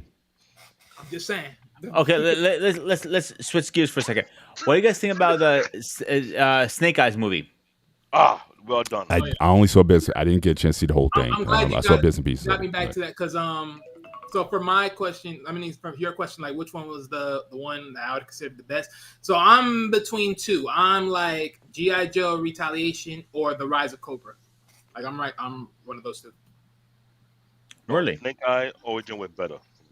No. Snake Eyes Origin was good, but I usually look at that as a separate solo stuff on his own terms. Like nothing inconsensual. I got to be solo. So you don't look at that one as canon? You That you don't look at that as canon to the series? it's canon to the series, but the fact that he's solo without the rest of the GI Joe crew is like Mm. solo, But solo. the thing is, look at it this way: Snake Eye origin was needed because remember what I said. The first two, we don't know the origin on why they're there. But think about it, and that's what I'm talking about. Those two alone on a TV series, you can stand them by themselves because they're the only two that Yeah. are not cohabited to the main teams. You can literally separate them. They're just special co-op members that are just deadly. Yeah, their skill sets are such. It's almost you got like a kung fu martial arts Like movie you if want scene something like done, you hire those. every time, and you wouldn't miss anything. I mean, they themselves could can carry a film just with their fight choreography between those two. Exactly, and that's why I'm like, bro, those two alone, it's a wrap. We gotta give credit due. The Snake Eye movie was probably one of the best movies they made as a GI Joe Hell yes, franchise. hell yes, and that goes to show you, like when you have that level of character, it just tells you about the rest stuff. It's like And the thing when they built Snake And Eye, you I can tell you if you go to the movie and you watch everybody watch the thing and they was like, yo, he really went through hell to become what he is because they how they built the character all the way to the end and when he donned the suit, you could. I went out to the I went out to the IMAX theater because you could feel everybody waiting for him to wear that suit. Yes, that's the Snake Eye. He don't say much no more. He done talking. But the thing is, all the other character we went, yeah, it felt like it was giving a spy mayonnaise on a sandwich. That's how it felt to me. huh? you had to go there, didn't you? You just had to do I that had to. example. I'm You had pissed. to do some weird I'm example. pissed. That's how much hatred I have for the first two movies. It's like I went to the wrong deli and asked for a cold cut salad and they put a spy mayonnaise on it. That's... Pun intended. oh man, oh I'm that's funny. sorry. I will be the tough critic that everybody don't like, Yeah, and I'll I give mean, it to look, you raw and uncut. here's my thing, right? Retaliation, it sort of just gives me like a sort of feel to it. Like the only difference is like I just wish they sort of changed certain characters in different positions, as far as I can remember. But as far as just the Rise of Cobra, I just look at it as more of a younger, more sleeker team. So I like that one more for me. But overall, like the Snake Eyes alone, though, just perfection. Mm. There you go. And from there, start doing other movie when you target a certain character and that I hate to say, you might have to steal a script from Marvel. Because that's what they did. They built a character out before they brought the Avenger into the mix. Hey, look, this is my thing. Snake Eyes is always like he's pretty much that character that from a group you can extend out and just be like they're good on their own. For instance, X-Men, you can always slip away Wolverine, and so much more. There's just certain people you can extend out and be like they're good on their own. They don't need nothing. Yeah. And again, the fact that he doesn't have a speaking role, even going back to the anime series in 83, 84, just looking at him, he just had, it was almost like Darth Vader slash ninja, warrior. You were automatically drawn. And I think those influences, because again, back then also the ninja movie, because again, early to mid 80s, that was when you had Enter the Ninja. And all those ninja movies that came out in the early 80s was out there too. So the fact that you had a ninja style member of G.I. Joe with that crazy front grill and whatnot, so it kind of gave you like just the fact that he was all black. You know what I mean? Just exuded because we saw Darth Vader and because we saw those ninjas. You were just automatically drawn and you want to know more about him simply because he could be cool without uttering a word. Exactly, and that's just the beauty of that type of art is like you don't have to say nothing. You're blind and you're this good. Teach me. Teach me. That blind sensei, he was vicious. I'm not gonna lie, because watching that movie of Snake Eye and how he makes Snake Eye feel like an idiot over and over, I was like, nah, no offense. I did mixed martial art. I don't like to be. embarrassed. That's it messes with your ego and your pride. You got to ask yourself, is it me or this guy playing mind game? I can't even get it, but you can see the level of complexity that's adding to it. Like he will teach you Snake Eye how to be the real Snake Eye. You say all that ruggedness, we're gonna fine tune you so you understand how you're supposed to be. And that was like what it looked like you took a script from Batman Begin. And we was like, we're gonna mold you. You're not Snake Eye yet, but when we're done with you, you'll be the best version of Snake Eye ever. pretty much.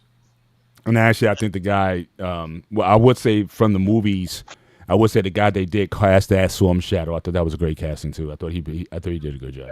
That was very good. Yeah, there was also Storm Shadow as well, but I think, I mean, Storm Shadow was good, but he wasn't Yeah. really important that much. Let me ask you guys. I don't know, Wally, how familiar you are with the original animated series, but uh, any special characters from the first series that you remember or that you were a fan of? I like the Crimson Guard, those twin brothers who was like if you hit one, the other one felt it and whatnot. I thought that was certainly an interesting addition to the group. I also like I guess the Native American character that they had on there who had the eagle. Yeah. So they had a couple of them on there, but And those certainly. are So movies for character And then you creation. also had Zolt. I think it was Zoltan, the guy who could change his image. yeah, He so he yeah. So he was good too. Those are again they exist so kind of outside of the main stream, but those were memorable characters from the original series that I do so remember. for me, right, in the time that I've watched it, so as far as I can remember, right, the one character, if I were to just say, okay, take Joe out, take Cobra, take the Ninja Brothers out, it would have to be the dude with the iron face. You know, the dude, that particular character. What Destro, right? There are two that have iron face. No, one entire. Detro have an iron face. Cobra Commander Okay. had an iron shield that covered his face. Right. Yeah, but I'm not talking about Cobra Commander because that's pretty much the So main guy. I'm talking about that's so, but the side cop. Yeah. that's so. Because But the thing is, for him, there's a backstory for him. Giorgio Renegade showed that he had a natural fate until that fell experiment happened that fell on his face. Some kind of Right. material he was working on and it became solidified, so it moved with his face. Okay, Be- see, and that's So why that history story, yeah, because that's somewhat more interesting, and all that. So it's like there's always a pretty much him, because the female, she's sort of really simple. She's like someone like in the intelligence background, and then comes in. So it's like she's alright, but not important too much. But yeah, Yeah. him pretty much. I would say G.I. Joe is a very complicated franchise to navigate properly if you want to make Q buck because I had to take Wally point. It cannot be a movie. It had to be a TV series I'm trying to tell or you. or a streaming series that you put because to be honest with you, there are too many characters. And I would say they take the lesson from the Snake Eye movie. You have to build the character so it have its own image to add into that storyline you're trying to build. Because when you just throw stuff in there, it's not making any sense. It's not going to. And everyone, I hate to say it, we all watched it throughout the series back when we were a kid. Everyone is a specialist in their own unique field. Then you got to show us why they are a special in that area. Who made them a special that way? Who were they training under? We saw how Snake Eye became Snake Eye. What the shit he had to go through to become Snake Eye. What he had to prove to gain that honor to be Snake Eye, right? So, since they had a pitch perfect I can see pick that. for Snake Eye, if you want to resurrect the G.I. Joe franchise, you have to do that for every single character based on You the know, origin. character I think needs a really good backstory. Which character? You know what I'm gonna say, and if you start going on again, I'm gonna slap you. Is Duke and Flint. I won't argue with that. I would not argue because See, that's but I that's the never said you're first gonna step. argue. The thing about Duke and Flint is too iconic because Flint know Duke. Flint was the reason why Duke joined the that's military. actually a good point. I'm glad you said that. That's correct. Remember, Flint was the one that got Duke into the military, right? In a way, based on all these multiple revamp of the storyline. So Flint and Duke movie, it is needed. It's going to be needed, but it had to be flushed out properly. It cannot be rushed. It had to be detailed.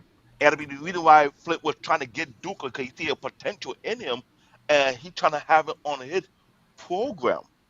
Remember I told you, Flint was almost like a shadow guy. He did, but no one knew that he was working in the shadow in a way.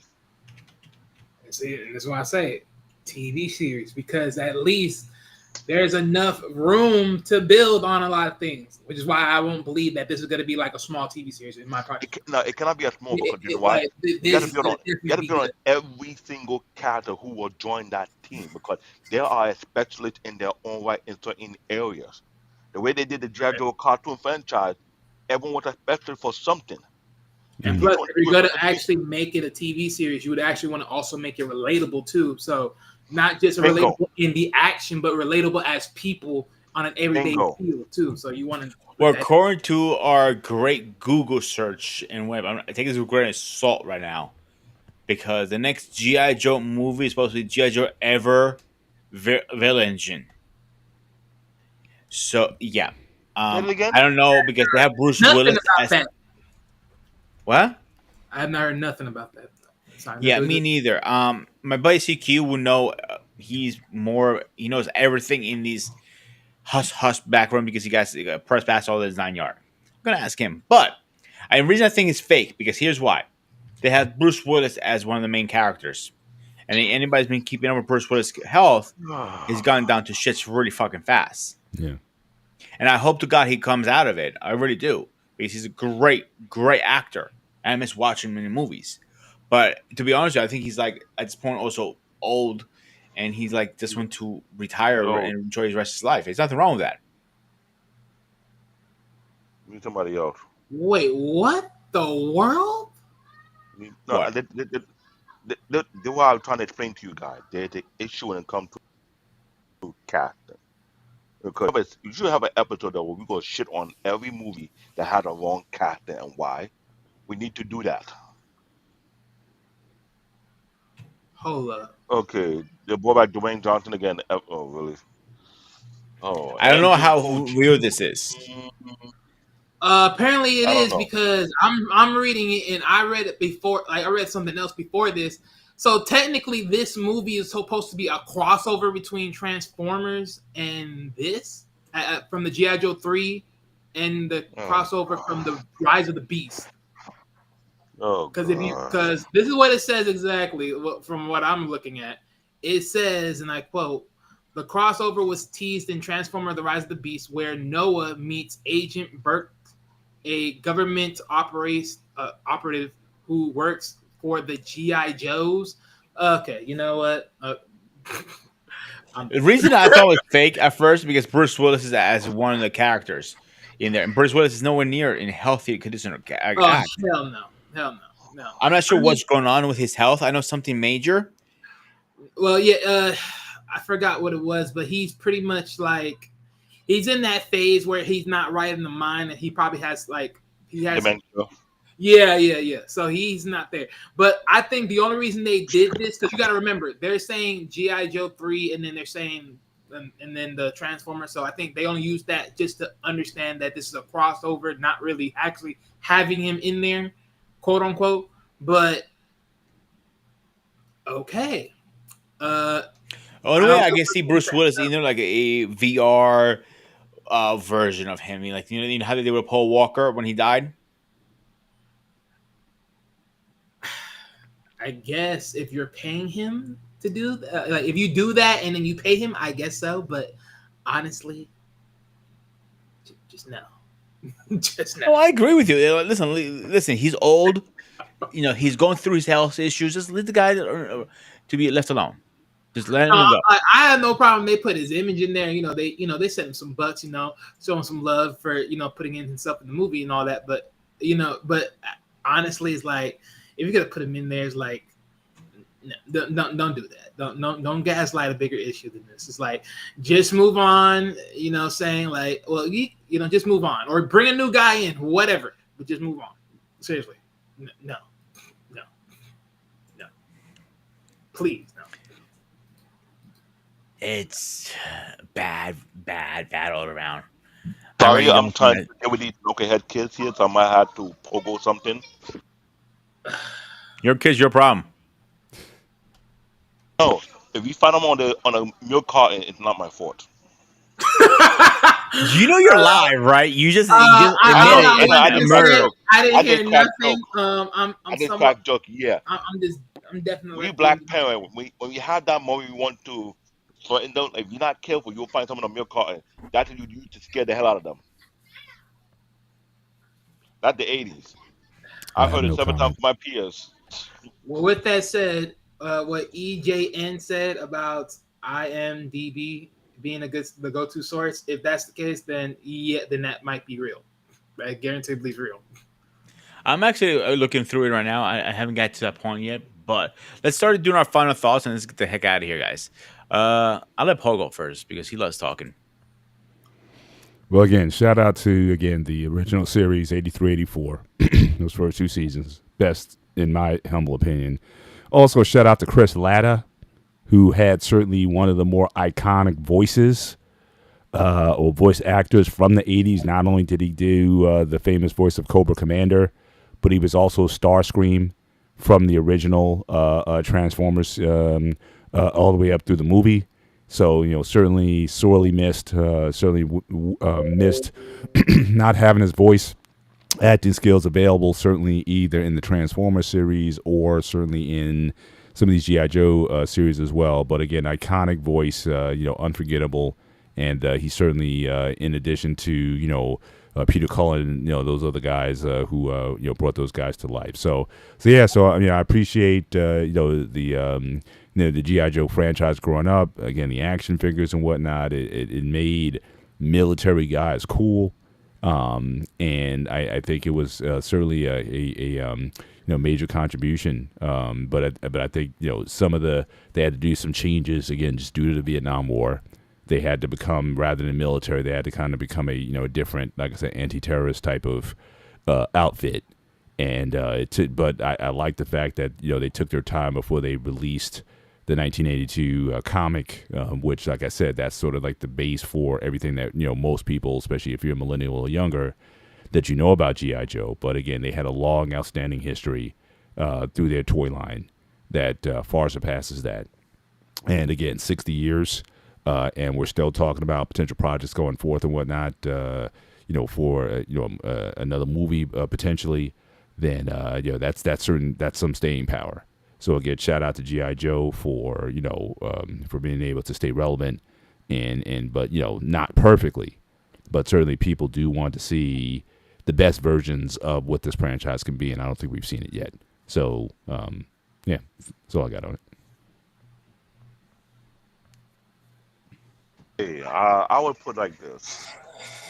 I'm glad we had the discussion about this franchise because I still believe think the best franchise ever been made so far. But I believe they could redeem themselves starting from that storyline they built on. But the thing is, when creating a movie from a particular franchise from our childhood, you got to be careful how you go about it, how you run it, because I have almost lost completely interest and hope in American movie production, thinking that they could take something from the past and do it proper without messing it up or without destroying it. Because after this conversation we had, you can see why there's so many different ideas that we put out there, and we hope that some of these directors they do see it and understand why we're trying to critique them because we feel like you could do a much better job and produce a better movie that everybody will love and remember, or not hate, but like, oh, I waste my money by a ticket for this particular movie.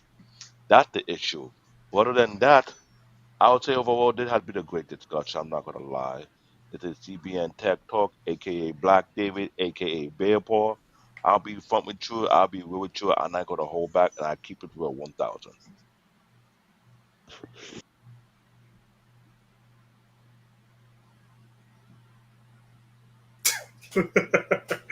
He's like, oh man, my final words is real simple. It's like, look, it's like I said, GI Joe got to be a TV series, man. It got to be a TV series. As good as it is, it just got to be TV series. You just don't want it movies. I get it, nice fast pass action, but it's like sometimes when it comes to TV shows like this, and you understand true history background to this, you got to expand that bad boy to make it really be special.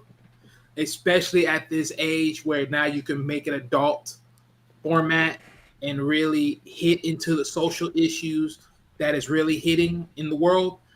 This can be major.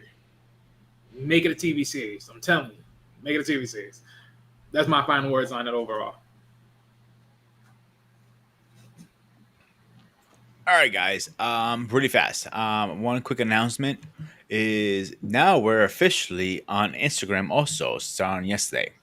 I will put the Instagram tag in the chat right now.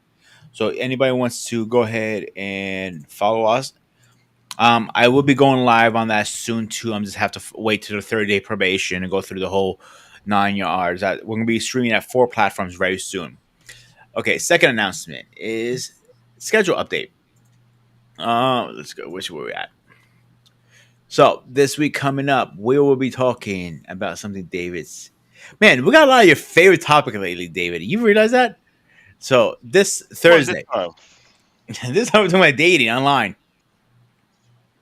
Hang on, what are we talking about tomorrow? You ready? Ray?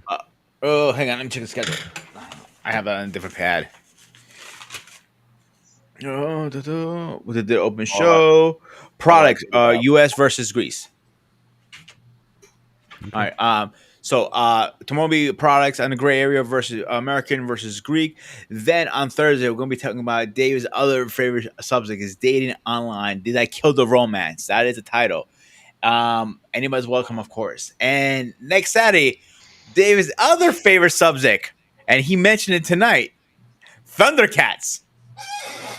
oh Lord. I'm sorry. I couldn't do it. Look, Thundercat, there's a mixed reaction, there's a mixed hatred and love thing because there's something was done right, something was done wrong, and something you don't need a pitchfork. You just need to get a couple of javelin and get them from a man, distance. Because here's one big javelin. How the hell do you get the brothers to fight and then you cancel it just disappears off the television? How? How? How? Hold your rage for next week. That's what I'm asking. Hold your rage. You're gonna have the floor to Wale, yourself. Wale, bring that rage. I gotta bring my rage, and it will be even worse Oh my. because I'm glad we have any type of. You know what? You need to stop stockpiling all the franchise that we can unleash our rage and anger on these shitty ass production companies that shit on us and make things. I'm sorry, I'm still pissed. Like you said, you have Butter to Fight, and you had a great storyline, and you have the Easter egg betrayal, and all of a sudden, no more season. F you. F your I think it toy was self. wasn't it a Cartoon Network with thing or was it a something else? It's too many. It was Man. on Cartoon Network. They had the most views ever. All right. Before hold it for next week. All right. So on the 19th, we're going to be talking about unpacking attention. Why a woman chooses to take a partner. And on the Whoa. 21st, we're going to Why be talking would you? about What? why does a woman choose to take a partner. Yes, David, I know you have a lot to say about that. And on the 19th, 21st, we're going to be talking about wrestling on the big screen. Hollywood, movies that are based on wrestling movies, obviously. There are not too many of them, but we do have a few that we need to talk about. You throw in the So, mix. And why? How you feel about Monday Night Raw going to Netflix? How do you feel about that part? how I feel about that? I think it's a great idea, actually. You were talking about that on a particular date. Yeah, I think it's a great idea. I'll put it right there now. I don't give a shit anybody says. So, anything else, guys, before we dip out of here? Yeah, here's one. Uh, I don't got no problem going to Netflix, but uh, one very understandable comment that was made by Paul Heyman back then was about bringing extra titles in. He says he didn't like the idea because there's not enough to really support another title within the time range back in the days where wrestling was like 2 hours, I totally fucking agree. Bring it back to 3. Well, one thing they did say was going to happen after the the Netflix merger thing. Hmm. They're going to get rid of brands, so you don't have to stay on SmackDown or Raw anymore. Remember back in the early 2000s, you jump back and forth all the time. There was no like you're a SmackDown guy. You don't remember that? No. I remember that. Why? Go ahead. Go. I swear. Why do they even bother even doing brands in the first place? Why? But here's the thing. First, it was all brands. Now it's brand splits. Now we're going back to all brands. Oh, okay.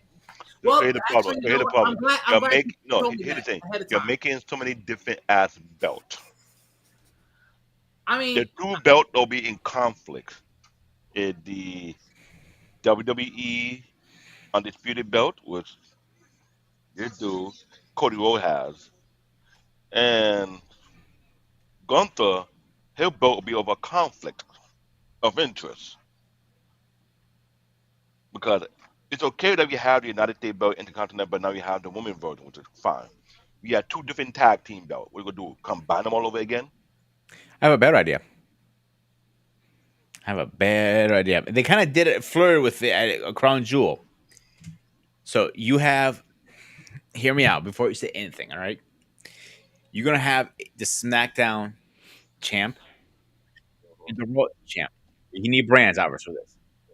Only one can, those only one at a time can challenge the champion who's allowed to go the world title. But you Mhm, have to have one of the other belts. But once you get the mhm. world title, you drop it to the next person, and they have like the first, first contenders have to wrestle and get it. So, You wait, see wait, so my wait. what? theory? I hear that. So, what was the point of trying to fight the belt out of Roman Reigns' hand and the Uso when they combined both belt and they were both undisputed? What was the point of They doing did all it that? bad too. They did it a horrible way. Even everybody who has any knowledge of wrestling said it. The Roman Reigns era was good, but was very very bad at the same time because nobody should hold the belt that long. Not just him I holding the belt. mean, His cousin took both tag team belts and it was like, yeah, nigga, we run this. well, yeah, but even though that's sadly at a different time and at a different grander pace. I get it. And now I want But to go my, right back my into only that. problem is this, right? This is my thing, right? One, when they technically gave Roman all the belts, because let's be honest, that undisputed title is undisputed for a reason, because that's not only just WWE Championship, Universal, that's also World Heavyweight. That's 3 belts. Uh-huh. And the fact that they just toss one to whoever on Raw, like, here's a freebie. No. That's not how it was supposed to go down. That's not how it's supposed to go down. It That's a happened the same bull. thing with Triple H when they brought the heavyweight title from WCW to WWF or WWE back then. I Well, don't yeah, remember but what it was, that's slightly different though, because at least but they hand him the belt pretty much. I mean, yeah, but here's my thing though, right?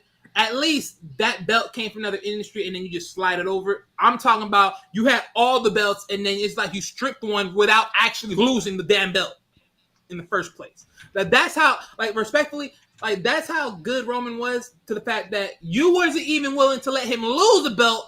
You just gave someone a belt just because. And that's how, and a lot of people love Seth over Roman, but personally, Seth looks weak just because he just got in the belt versus actually winning off Roman. Let's just be real about that. Yeah, So yeah, no. So my thing is, I just didn't love that idea. It just didn't really, because like honestly, for me personally, when Cody won, you only really won the WWE Championship. In my opinion, it's like Roman still has Universal and World Heavyweight. but they That's how. never use it. They never use it really. They're Which like one? they kind of threw him in the garbage in a way. Like this is the new belt now. We don't care about the other two. I mean, granted, yeah. Here's my thing, right? I get all that. I mean, Grant, let's be real. The title that Cody has is still the newer version of the WWE Championship, and the Universal is pretty much the same image, just with different colored context based upon rosters. one, I don't believe they should have really destroyed the Universal, because at least you could have just swung that around three of the franchise anyways, to be honest, in my opinion. That is my kind of my theory. Like keep the like I am a big fan of the world title. All right, I like the old ghetto. I loved it. It was my favorite belt. Keep that as the high belt and use two championships like Raw champion and SmackDown champion, and only those two can challenge the world title. Not at the same time. It can be Right. a Come on, three-way. order. I'm sorry. No, he's talking My, about something my else. bad, my bad, my bad. You're good. You're good. So those two. Let's say the SmackDown challenged him during WrestleMania, argument's sakes, right, or during Survivor Series or whatever. They're the only two who are allowed to challenge the champion. They're the challenges. So let's say they do knock him down. Let's say it was Roman. Seth won the world title. Now that title is free for grabs. Now you do a battle royal, or the first two number one containers get it, and then it starts the whole new storylines. That's how you get new storylines and new people coming into the company like that. I get that. Here's the reason why I don't agree with it. Because That's one, fine. I see it's just been ingrained that the WWE Championship and then the World Title have always been the marquee titles for if you want to be the big champion in the company. The thing is with the Universal, the reason why I wanted that one to be that co-op title around the board, because at least one, it gives enough breathing room. And two, let's be real, we've seen now in this day and age, you can be on Raw and then you can flex back to NXT and be a co-op between the two. Same thing with SmackDown. And let's be honest, even the women's tag team title is being co-opted around the board. So it's like give You have the a point. Universal title and let it co-op around the board, because But, at it- least but, if but you give it to somebody, what made it real bad is this. Even the women tag team time it being co-ops, right? We yeah, had three different male tag team titles, which is very, very strange if we think about it. You got one for NXT, you got one for Monday Night Raw, and you got one for SmackDown, right? yeah, but You I had don't have the a you had problem. the world heavyweight, the world WWE heavyweight champion. Then you got a world heavyweight champion, right? Now you have not only have the intercontinental belt, which have been redesigned nicely. You had a new, not really new, but the United States champion is done properly. Now you got the two female version of those right now. Mm, You get what I'm saying? uh, And we all knew the intercontinental champion was supposed to be like a stepping stone to get the big belt. They want to start that tradition. They were doing a tournament, which is currently fine. Don't get me wrong. But the way I look at it, NXT probably be the stomping ground for not only building wrestlers, but open the door for people to come in from other wrestling industry who right. can partake in that. That was NXT stomping ground. But the thing is, the way NXT was being done, I hate to say it, but there was always a better match being created on NXT better than that or either SmackDown or Monday Night Raw. In most cases, to a Not degree. not in most cases, in a lot of cases, No, because yeah, in most cases. I mean, if you talk about right there's a now, lot of moment that was done in NXT you couldn't see in WWE on either Raw or SmackDown because for one at that time we had the person brain who think he understand wrestling but have became outdated because he have not understand the wrestling field have completely changed dramatically. It's more technical, it's more athletic than ever before. So he should have stepped down a long time ago. That's number one. Number true, but two, NXT is now doing something that Vince was never going to do. They're networking now. They're letting their talent go to other places to hone their craft. That should have been done a long freaking time ago. yeah, but here's the problem, David. As much as I would agree with you, let's be honest. When you stand ahead of the board than most everybody else, there's a reason why you don't quote unquote outsource to I understand, everybody. I understand by the outsource, but it was done before in the past because if I remember correctly, Kurt Angle, Brock Lesnar, the Dudley Boy, and a few other wrestlers in WWF went to New Japan. Mhm. The reason why the Dudley is the most decorated tag team of all time. Oh No yeah, one can touch them. They were getting belt on multiple big name wrestling promotion. And right. here the problem. I don't think people see the big picture. We gotta say WWE is the top of the class. not always have been the top of the class because we always see that certain wrestlers cannot last or compete outside of the WWE. And those who did even better. I hate to say it.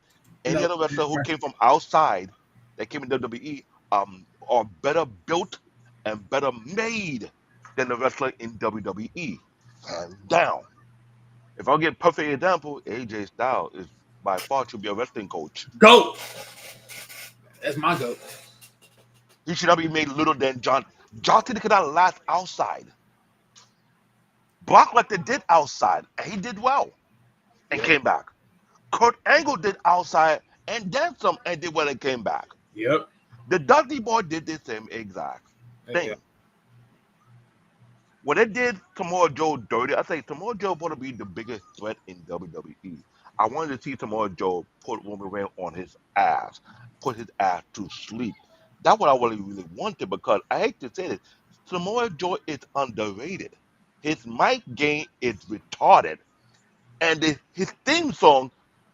We all know whenever Samoa Joe go anywhere and you play his song, the audience change their demeanor to the point whereby it had that level of fear it was brewing out. Yep. Because I remember If even in TNA, they'd be like, when that music comes, like here comes the Samoan machine, the Samoan submission machine. Here comes Joe. you took that name away from Tad, that was Tad's original name. Right. Taz could not do that no more, and he had Yeah. to knight him. Say, this is your title from going forward. And what Samoa Joe was doing, I hate to say it, everybody was afraid of him. I mean, they had to. I mean, he was TNA's top dog for a long time. He, and the thing is, I feel like they're trying to do it to somebody else, but who is technical like Samoa Joe like that? Bruh.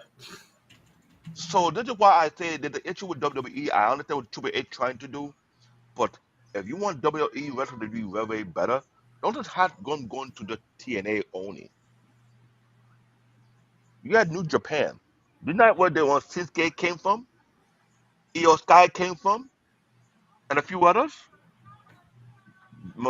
The Prince. Hello. But and then but see, this is where I go back to what I'm saying. Cause like, as much as we can talk about a lot of guys like all the other ones, the AJs, the Dudley Boys, and everybody else that dipped You and have left. no. Let me tell you what that iconic is stupid right now. People didn't catch on. You almost had the whole entire original cast of the Bullet Club in WWE. You want to think about that? Pay I attention to that. mean, again, I hear you, but let's be honest. Do you really want do you really want that, like, all those guys coming in and that are the original Look, cast coming in being a you're cast of almost that? there already. There's only just missing No, one or two I people. understand that. I understand that part. I'm not Most saying people are there. I'm not saying it should, but the way it was done, I was thinking like, hold up, you just put almost the whole entire original cast of the Bullet No, Club. yeah, they literally did. They literally are bringing almost the whole entire cast. But my thing is too, though, you also got to think about it. There's a lot of heads of the cast, and then it's like, okay, well then how far do you go if you were to make groups of these casts? Because let's be honest, they were literally making groups of these casts as they was coming in WWE, literally. And the thing was, but that's my whole point. Is like it becomes a conflict of interest because it's like, think about it, Finn Balor, and then you were to bring the Good Brothers, but it's like, well, AJ got it then. But then like, okay, well, wait a minute, if you bring the other guys and then the other guys, which and then some of the other guys that they have on their team, they're not even from the Bullet Club, they're God, just extenders. the Glow of Destiny, they're already under the bloodline already. Right. And the So big brother, again, and the big tall, no, the big tall one with the younger brother, he haven't popped up yet. yeah, Where he he will, gonna yeah. go? It's like the way you're going about it and come to wrestling, it's kind of like I'm not saying Triple H is way over his head, but No, let's I'll be say honest. it because here's my reason why, and because of this is this. At this point, NXT became nothing but a project, a battlefield of a project to now being on the main screen. Personally, NXT is supposed to be that war zone that brings the battle to bring Raw and SmackDown. Hmm. And at this point, this is why you don't really get what you really get from it at this point. Because at this But point, this is the highest of the highest. No Wally, other industry has it. But Wally, what happened was this: Vince McMahon went behind and did a stupid so-called upgrade and trying to water it down because he think he under. This is why I say I don't blame his father for not wanting to have the bit in his son's hand, and that's the truth. That's how I look at it. So now I look at it right now like, you got back your NXT and you try to make it better, more grimier, more ex- explosive. I hate to say it, but you might need better coach who are from the indies who understand how to build a better wrestler. And I get that part too, but The, here, the, the performance center, I understand why you're doing that. You're not doing this WWE ID thing going on. yeah, But in hindsight, you better off. I hate to say this, but I know you agree with me on this one. Join the Forbidden Door in a sense, but because but I know they do collaborate with TNA, but TNA is not like it used to be anymore because the original guy who was trying to bring it back, they got rid of him. well, yeah, but my thing is with TNA. Well, here's my thing. See, right here's another part of why I would love to do the NXT being that war brand towards the main roster. Because one, at least it gives you that nice feel of what it was back in the days of WWE versus WCW in a sense. It gives you that nice, good, warm feel. But at the same time, too, the other problem that was also a disturbing deterrence of of NXT is you're pretty much taking most of your young new talent and bringing them to the main roster. It's like, okay, what's the point of having this third roster if you're gonna just simply just draft them over to one of the main rosters?